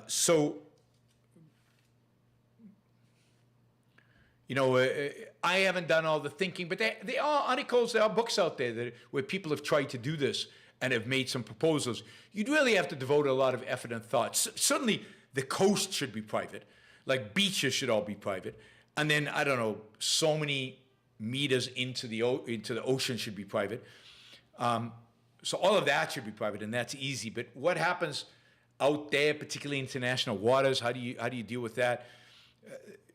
Trickier. You need maybe treaties, or you need countries to annex certain parts of it and then assign property rights to it, or you need private citizens to go use it and then define the property rights through use. So there are challenges there in how to define it and how to delimit the property right. But those are the kind of things that philosophers of law will have to figure out. And a lot of thinking, a lot of original thinking, a lot of new thinking is going to have to be done to solve that issue, because it's not easy, it's not obvious.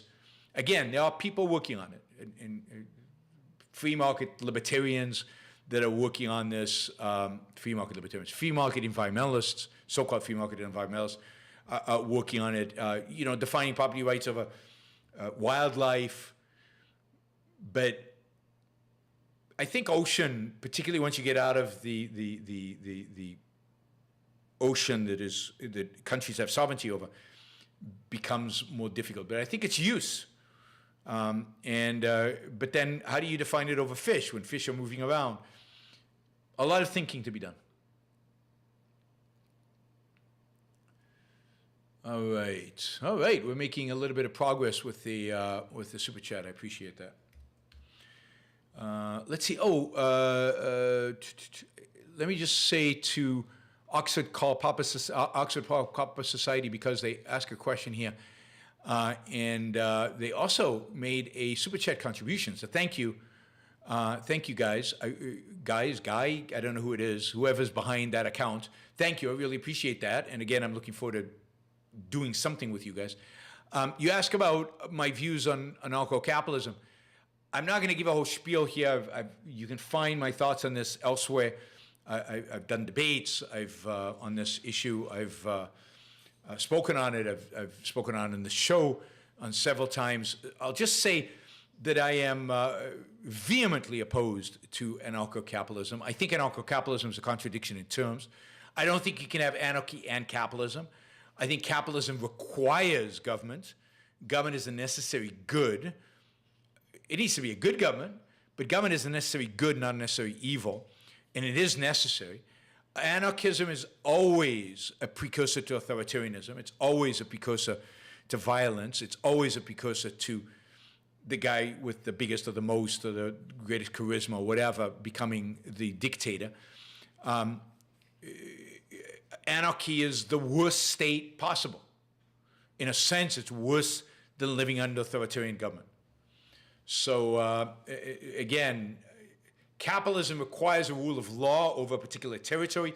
Capitalism requires the recognition of the concept and the idea of individual rights and the protection of those rights. None of that can be possible under anarcho anything. Anarchism is the rejection of the concept of individual rights. It's a rejection of the idea of objective law. It's a rejection of the idea of the protection of individual rights. It's anything goes. That's the point of anarchy. And anything goes is not consistent with individual rights. That is my quick answer. Shahzbot, do you think it could be possible for med and law students to begin their schooling right after high school instead of first obtaining an undergraduate degree? Is there a good reason for tradition we have now? No, I don't think there is a good reason for tradition. I think that we could probably restructure education completely.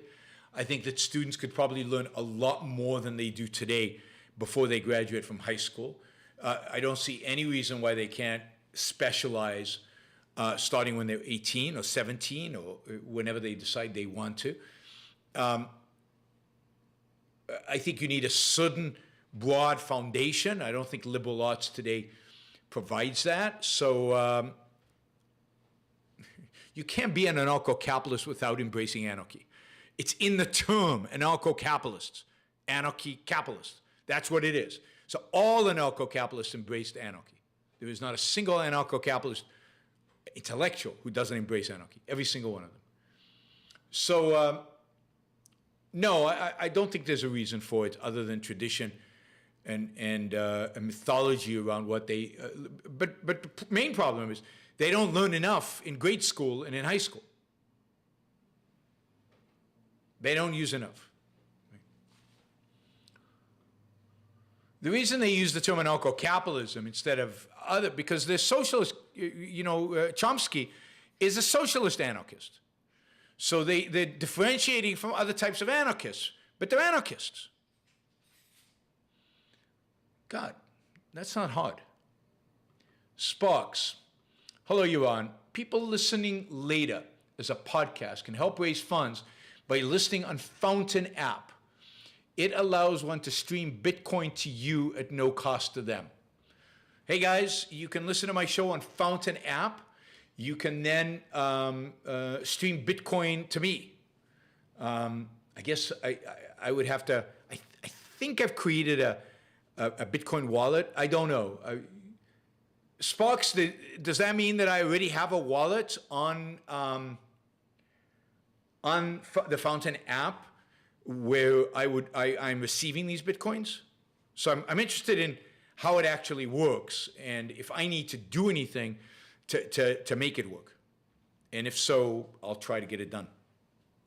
But you can listen to the podcast after the fact on Fountain app, and that way I'll get paid Bitcoin automatically.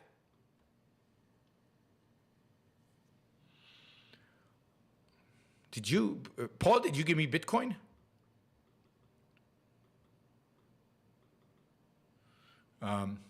Yeah, I mean, I convert all Bitcoin to cash immediately. I don't hold Bitcoin. Turned out to be a good strategy over the last 6 months at least. All right, I have no idea. This is the problem with Bitcoin. I don't use it enough. 5 years ago, you see, I should have held the Bitcoin, right? And then sold it at the peak. I would have made a fortune. I don't know how much you gave me 5 years ago. But whatever it was worth gazillions more at the end of last year. No, I'm not holding Bitcoin. Sorry, guys. All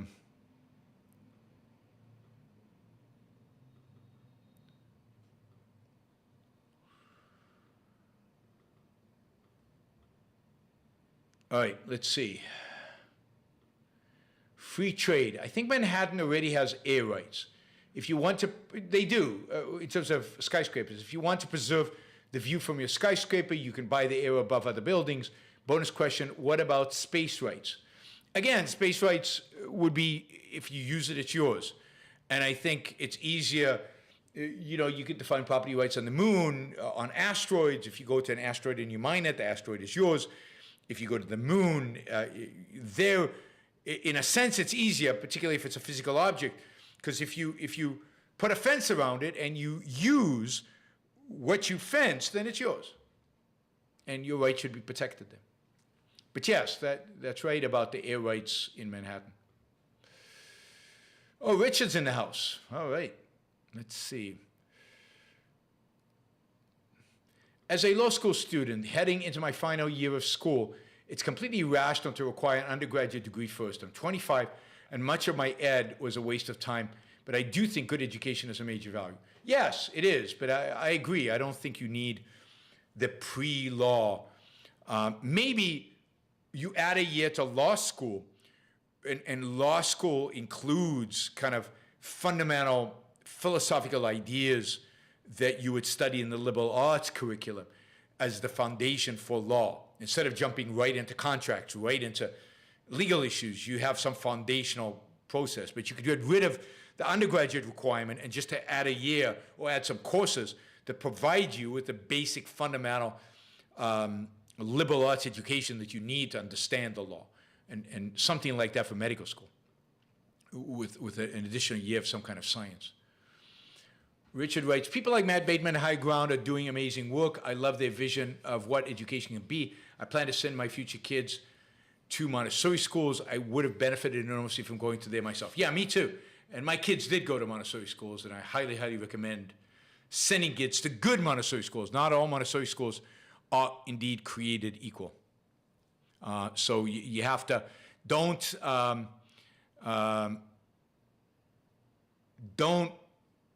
assume a school is a Montessori school because they use the name Montessori. Only some schools that call themselves Montessori are actual Montessori schools. So highly encourage you to look into that. Google Montessori, Edward. Maybe we'll do a show here. I'll have somebody come in and explain what a Montessori school is. But it's a pretty famous, based on, it's named after Maria Montessori, who founded schools in the early 20th century and established a whole system of teaching young children. They're amazing, amazing schools. Almost all Montessori schools are big on environmentalism, but a good Montessori school, it doesn't really impact the curriculum because the curriculum is things that the kids are doing themselves. They're self-teaching, they're being self-taught through activity. Okay. Let's see, just a quick update on the Super Chat. We are only $125 short, so certainly 6 $20 questions, and we're basically there, right? And 1 $5 questions, but 6 $20 questions, and we're there. We're almost at 2 hours, so yeah, these shows are getting long. All right, Bonnie. Oh, well, there's Richard. Just made it a little easier. Bonnie, we'll get you in a minute. That's an important caveat. We went to Montessori schools. Thank you. What kind of research did you do into schools when you had children? Was Higher Ground around? No, they weren't. I mean, when my kids were little, I talked to people I knew who are experts on Montessori.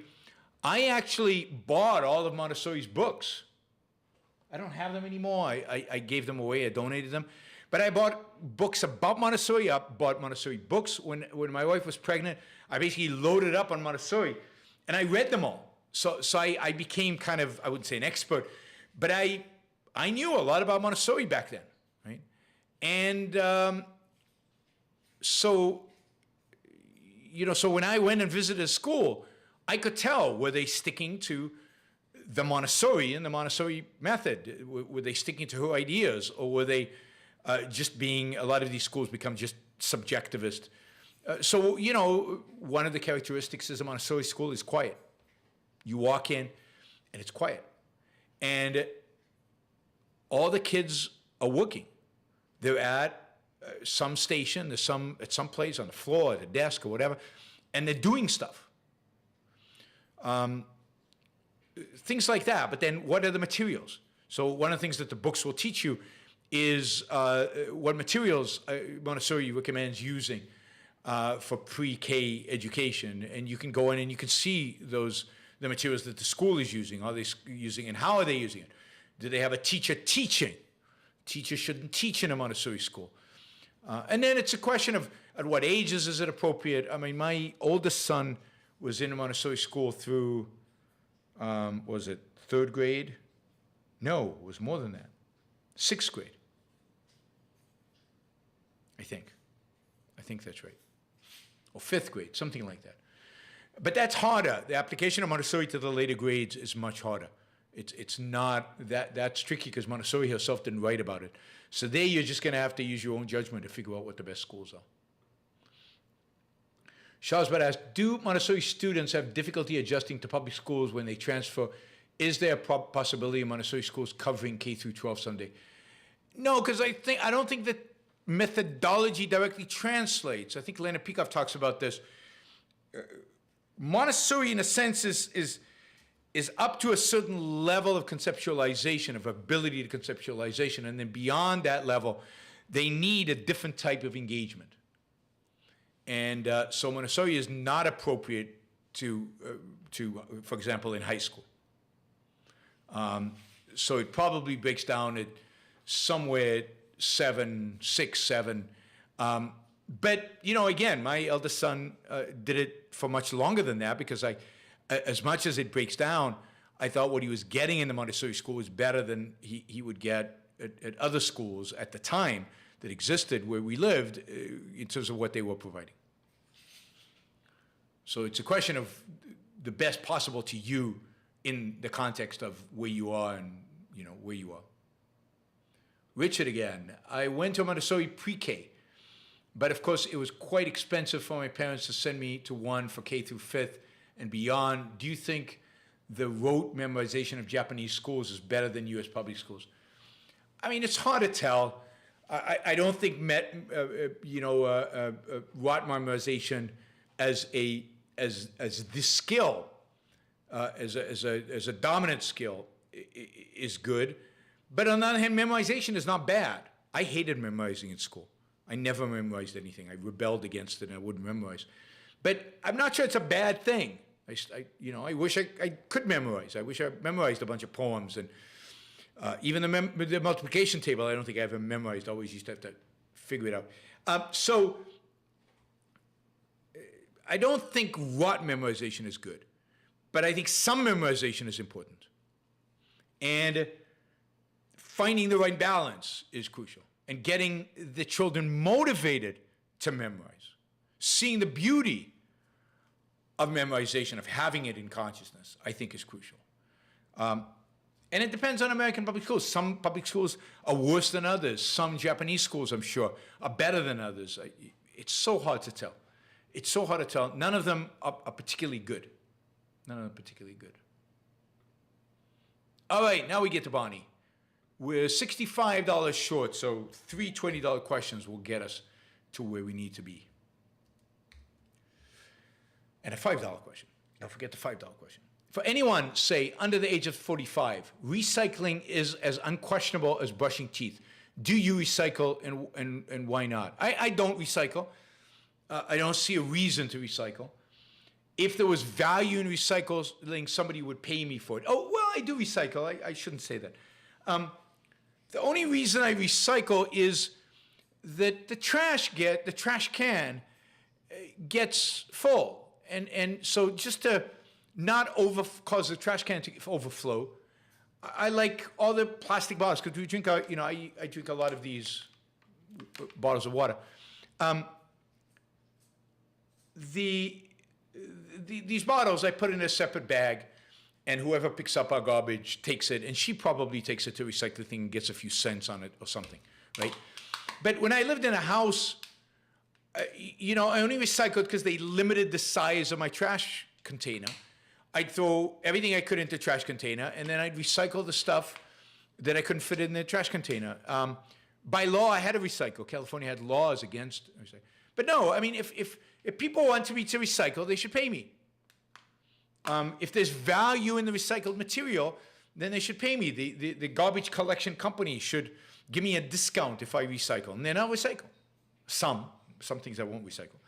So it's sheer economics. If there's an economic value in recycling, then pay me for it.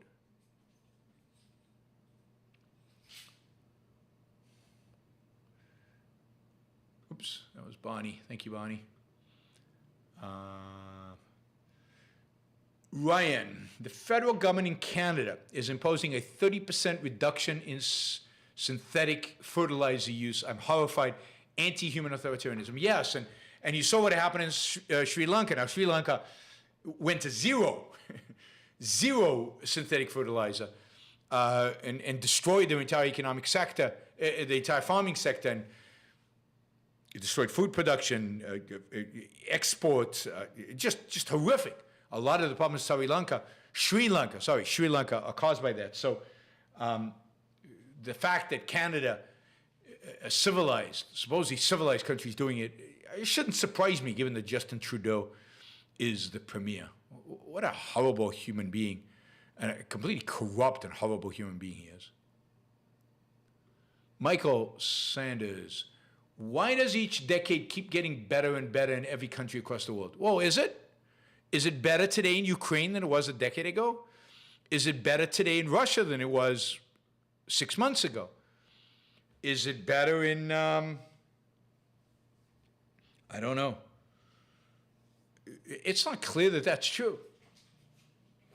Now, in much of the world, it's getting better because material production is improving, and we've done a lot of, economically, the world has done a lot of good things over the last 70 years, primarily globalization, free trade, and some economic liberalization. It's nowhere near as good as it should be, but in spite of all the horror and depression that we have these days, the world is still mostly globalized and people are still trading. I mean, people, even Africa today, while they can't export to Europe, within Africa, there is a massive free trade zone where they've eliminated all tariffs between African countries. Asia is becoming a free trade zone among Asian countries. You know, we're not participating to a large extent because of, you know, Trump and Biden and the rest of the anti-trade people. But no, trade is amazing. And the fact is, there are enough people who are free enough to innovate, to use their ingenuity to come up with new ideas. They're free enough to start businesses here, even in China, certainly in Europe, in Singapore, in these countries. And that adds to our wealth. Entrepreneurs create wealth, and as long as you have entrepreneurs, you'll have wealth creation, and that will improve our fate materially from decade to decade. But it can't all be reversed, as we're seeing right now in Ukraine and Russia. Richard, Kung Fei laws in New Jersey are bumming me out. Blue laws ban shopping on Sunday, and only 3 liquor licenses allowed per town. Seems like theocrats for the first, and a kickback scheme to politicians for the liquor licenses. Yeah, absolutely. And it's amazing how every state is different, and some states that you think of as relatively liberal, like New Jersey, have these theocratic things. And, you know, I remember when I lived in Massachusetts in the 70s, everything was shut down on Sunday. All the stores were shut down by law. Some grocery stores stayed open, little grocery stores, and they paid a fine. But it was worth it because they made enough money to justify paying the fine.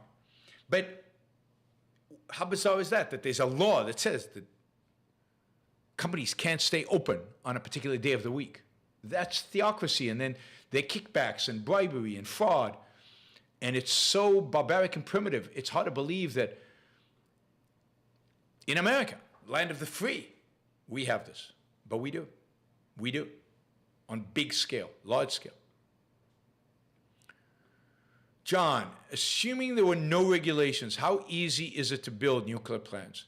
Well, we don't know. That's the thing.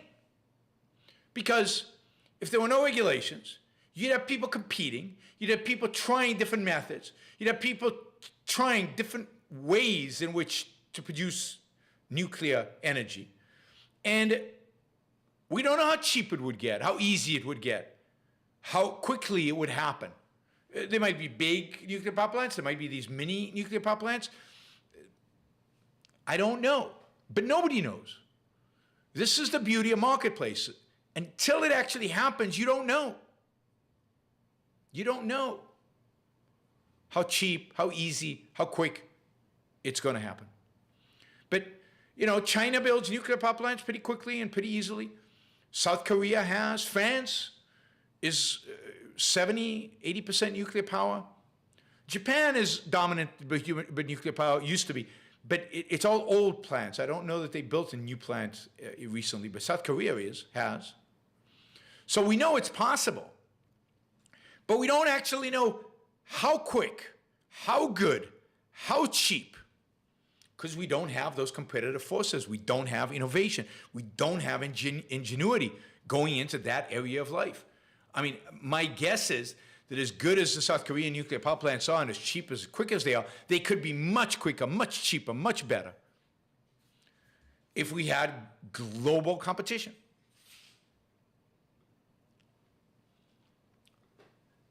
N. Sama asks, I'm in the nuclear industry. Ironically, the best way I have to argue for nuclear is to argue for coal being the best alternative to it, given Epstein's model of cheap, reliable, and cost-effective energy. That's right. Choose nuclear or coal. That's the fundamental choice you have. All the other stuff, particularly solar and wind, is just a waste of all of our time. Stefan asks, what's your favorite novel outside of Ayn Rand's novels? Victor Hugo, yeah, by far. I mean, wow, Richard is single-handedly going to get us to the $650 today. It's somebody else chip in just to help us get there, right? My favorite is Hugo, and my favorite of Hugo's is 93. So 93 by Hugo would be my favorite non-Ayn Rand book. Thank you, Paul, for the $5 in Bitcoin. All right, we made it to 654. Thank you, guys. Appreciate all the support. I appreciate everything. Let's see. Not another guitar channel. Not another guitar channel. Why? There are a lot of guitar channels? Something in my eye. I guess so. All right. Small token of big appreciation. Thank you. Not another guitar channel. Florida Nick says, don't forget to like the show before you leave. It helps with the algorithms. It helps promote the show. It helps push it up. It helps YouTube do stuff. So please like the show before you go. If you like the show, I don't expect anybody to lie about this, but if you like the show, press the like button. Do it now so you don't forget later on.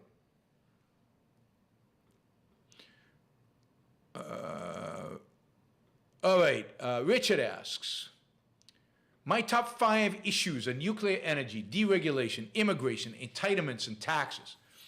Is that order in that order? Also, is there a way to lift character limits on Super Chats a bit? It only increases by 25 characters with each donation tier. No, as far as I know, there isn't, so I don't know how you would do that. Sorry. You could ask longer questions and just split them across, smaller denominations, just split them across several contributions. Those would not be, that's not how I would categorize my top 5 issues.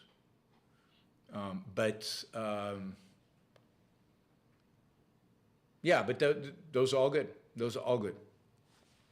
I'd have to think about what my top, government control of business, subsidies would be way up there, right? I mean, the easiest low-hanging fruit, the thing that one can change quickly and have a huge impact is basically one side of it is subsidies and the other side is regulations. Those are the two most important things one can do. And that would affect nuclear as well, because nuclear would fall under regulation. Generally, getting government out of the economy from the perspective of business is the most important thing we can do. We can handle entitlements and the welfare state and all of that later. If we just get government out of business, we'd create so much wealth right now that would make dealing with everything else so much easier. So much easier. So that, I think, would be the number one. Number two, immigration would be way up there. Again, taxes, primarily to simplify them in the short run, because you can't get rid of them anytime soon, as long as you still got as big of a government as we have. Shahzad, we might have more nuclear power if they never made the China syndrome. Well, yeah, so that's true. That's true.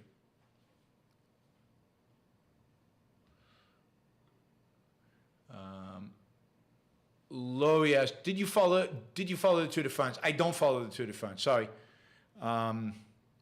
It's not immediate enough. There's not enough action. I mean, there's action, there's cycling, but it's just this, I mean, there's cycling and cycling and cycling. It's a whole day. I can't watch competitions that last that long. I need it dramatic and short. 2-3 hours max, right? Dramatic and short. Tour de France is super dramatic, but it's long. All right, let's run through these final questions. And Summer, Rogan called Canada something along the lines of being a communist country due to Trudeau. It annoyed me a lot because things are not that bad. The negative evaluation should be objective too. I completely agree. I don't like when we call everybody on the left a communist. I don't like when we call any leftist government in the world a communist government. I think it diminishes the evil of communism. It dilutes it. It's like saying that we are as authoritarian as the Soviet Union. It's just not. It dilutes the evil, the extent of how evil it is. And you don't get the proper perspective, and therefore you don't know what to do about the evils that we have at home. Richard, how would our military tech weapon system be different if we had a rational foreign policy? Would we have use more nuclear weapons and fewer precision weapon systems, more aircraft carriers? I don't know. I mean, that's a kind of the hypothetical question that we'll solve when we get there. One of the beauties is that the richer we get, which is a consequence of having a proper foreign policy and having a free society, is once you have a proper foreign policy and once you become richer, the less you have to use weapons, because what keeps people in line is fear. All you have to do is do it once. Is make your enemies suffer the full consequence of their actions once. And everybody else will go, whoa, I don't want that. All right, I'm not going to violate the individual rights of Americans. Now, you have to be objective about it. You have to communicate exactly what you're doing, why you're doing it, what leads to this kind of response, whether it's a nuke, whether it's just war, but whatever it is. I don't think you would get rid of precision weapons. Precision weapons are super important, for example, to getting rid of airplane defense systems, getting rid of, military command and control centers. I mean, precision weapons, I think, will become more precise and more important. It's just, the rules of engagement will change quite a bit. So you'd have precision weapons. You wouldn't stop using precision weapons because you'd have a little bit of collateral damage. Wars today would have fewer civilians die, absolutely, because of precision weapons, and that's generally a good thing. But, and there's no reason mostly to use nuclear weapons if you fight properly. But it's the whole attitude. It's the idea of total war. It's the idea of victory. that would guide it. But basically, you would have fewer wars in the world because people would just not want to mess with you. And not because you're a bully, but because they understand what you stand for. They understand that these are the things that if they did, they would violate that, and these are the consequences. And if you lay it out objectively, if you lay it out in principle and objectively and clearly so that everybody can understand it, the world would be a completely different place, completely different place. And again, people would have a model. People would admire you. Boaz asks, what is your take on congestion tax in big cities? I mean, of all the taxes you can think of, it's less offensive. You know, the roads in congested cities have to be maintained. You need policemen. You need to be able to provide, as long as the government owns the roads or runs the roads, they have to be able to maintain the ability of people to move around in the city.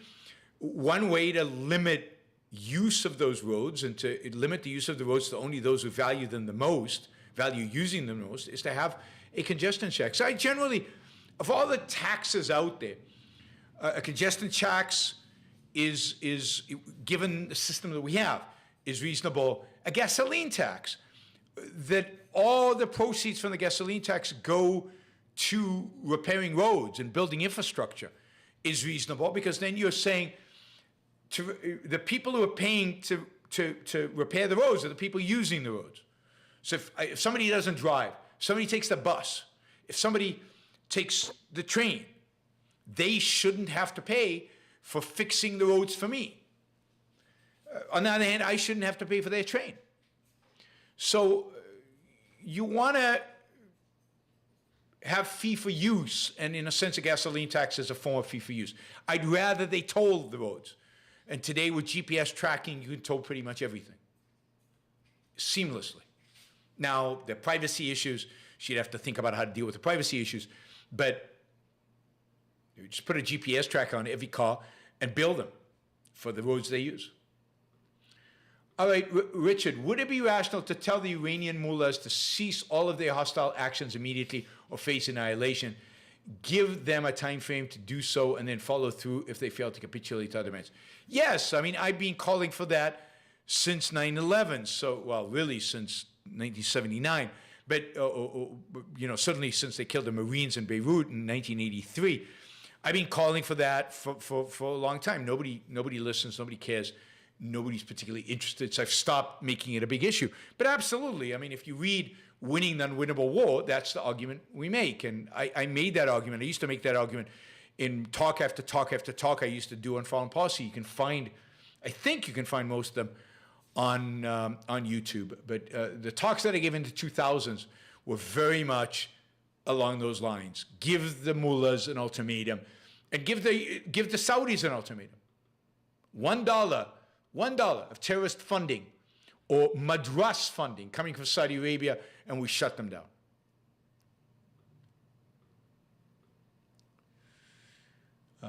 J-Lord, would Art Deco be the aesthetic of objectivism? No.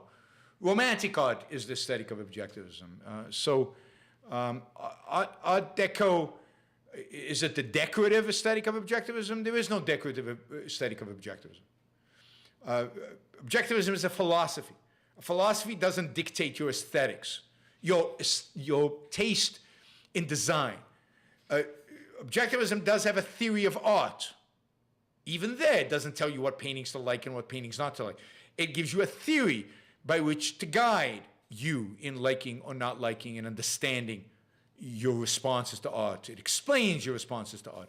But that's to art, not to design, not to everything that is what we call aesthetic, that deals with beauty. So when it comes to art, objectivism gives you the tools. But even there's no objectivist art. There's good art and bad art. There's romantic art and non-romantic art.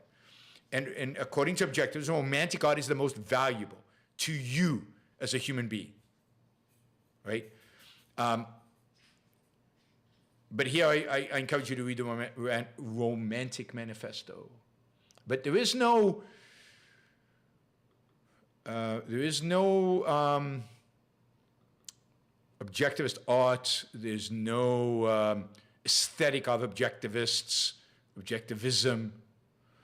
There is a theory of art presented in the Romantic Manifesto and a little bit somewhat in Leonard Peikoff's talks, like 8 Great Plays and in the chapter in Opa. It's a branch. Art is a branch of philosophy. Aesthetics is a branch of philosophy. It's a theory of it. But it doesn't tell you what to like and what not to like. It explains what the artist is doing and how you're responding to it. And it explains the role of art plays in your life. And then leaves it up to you to figure out what's good and what you enjoy and what you don't enjoy and what benefits you and what doesn't, based on those principles.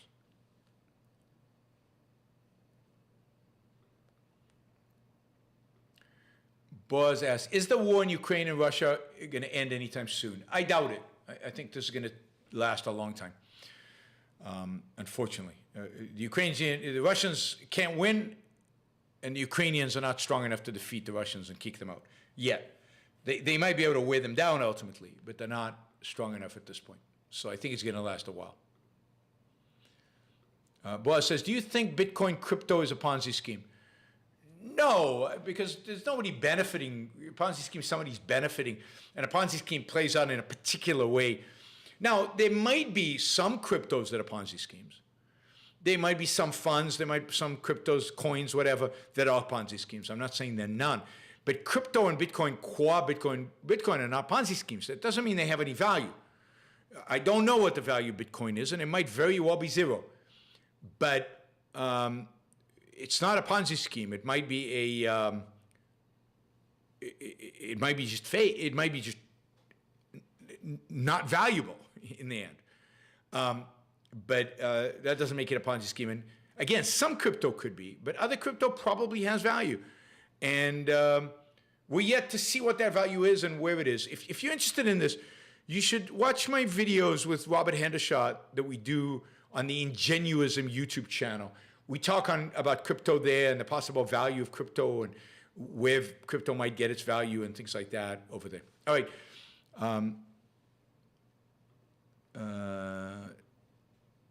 Paul, thank you. Let's see, friend Harper. Robert Zubin of Power Hour is a great episode on the topic of nuclear cost. Yeah, I mean, Power Hour is the place to go for having your questions about energy answered. Paul asks, what do you think about the Concordium coin from Lars? Lars Christiansen. Lars is really smart, you know, I don't know, and Lars understands that whatever the coin is going to be, whatever the crypto is going to be, it's not going to replace all money, and it has to be, you know, it has to have a use case and all of that. So if he's behind it, it probably makes some sense. I will look into it. He presented about it years ago at an OCON, but I just can't remember. All right, Richard, this will be the last question. What is your favorite form of architecture? What city skyscrapers do you enjoy the most and why? I don't know what you mean by favorite form of architecture. I mean, I love Frank Lloyd Wright. I love some of the modern architects that are working today. Somebody sent me some names that I looked up and I really liked them. And there's this architect with an Arab name who I really like. I love skyscrapers. I particularly love, in terms of modern times, I love the skyscrapers in Shanghai. I love the skyscrapers in Hong Kong. You know, even like some of the skyscrapers in Dubai, as much as I hate to say it. I don't like the new skyscrapers in New York. They're boring and stupid and ugly. Just simple, boring, just boxes. There are some beautiful, beautiful buildings being built out there in the world. Yeah, and so I love a lot of different architecture. I like architecture generally. I like architecture, and the place that blew me away most with architecture is China. Many cities in China, Shanghai being the primary, but all over China you go and you see these amazing buildings. where architects are obviously pushing the envelope, and doing stunning and amazing things. Frank asks, Great Art Explains, YouTube watch David and Vermeer's Milkmaid for some great insights. Oh, he's recommending Great Art Explained on YouTube. There's one about David and one about Vermeer's Milkmaid. And you get a lot of, thank you, Frank. I really appreciate those recommendations. All right, guys, thank you. Really appreciate it. You did great. We got a 750 today, so that's fantastic. I didn't think we'd make it today, but then Richard showed up, and he inspired all of you guys. So, no, thank you for everybody. Ashton was great. It was great today. Contributed a lot of money and great questions. Thank you for participating. Thank you for being on the chat.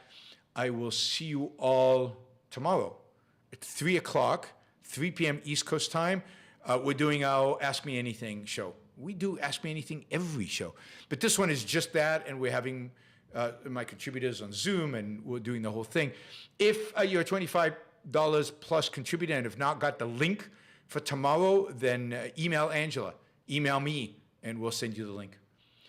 Bye, everybody. See you tomorrow at 3. Don't forget to like the show before you leave. Don't forget to support the show on a monthly basis. And if you want ads free on the podcast, just say ads free together with your dollar contribution. It has to be a monthly contribution. Thanks, everybody. Bye.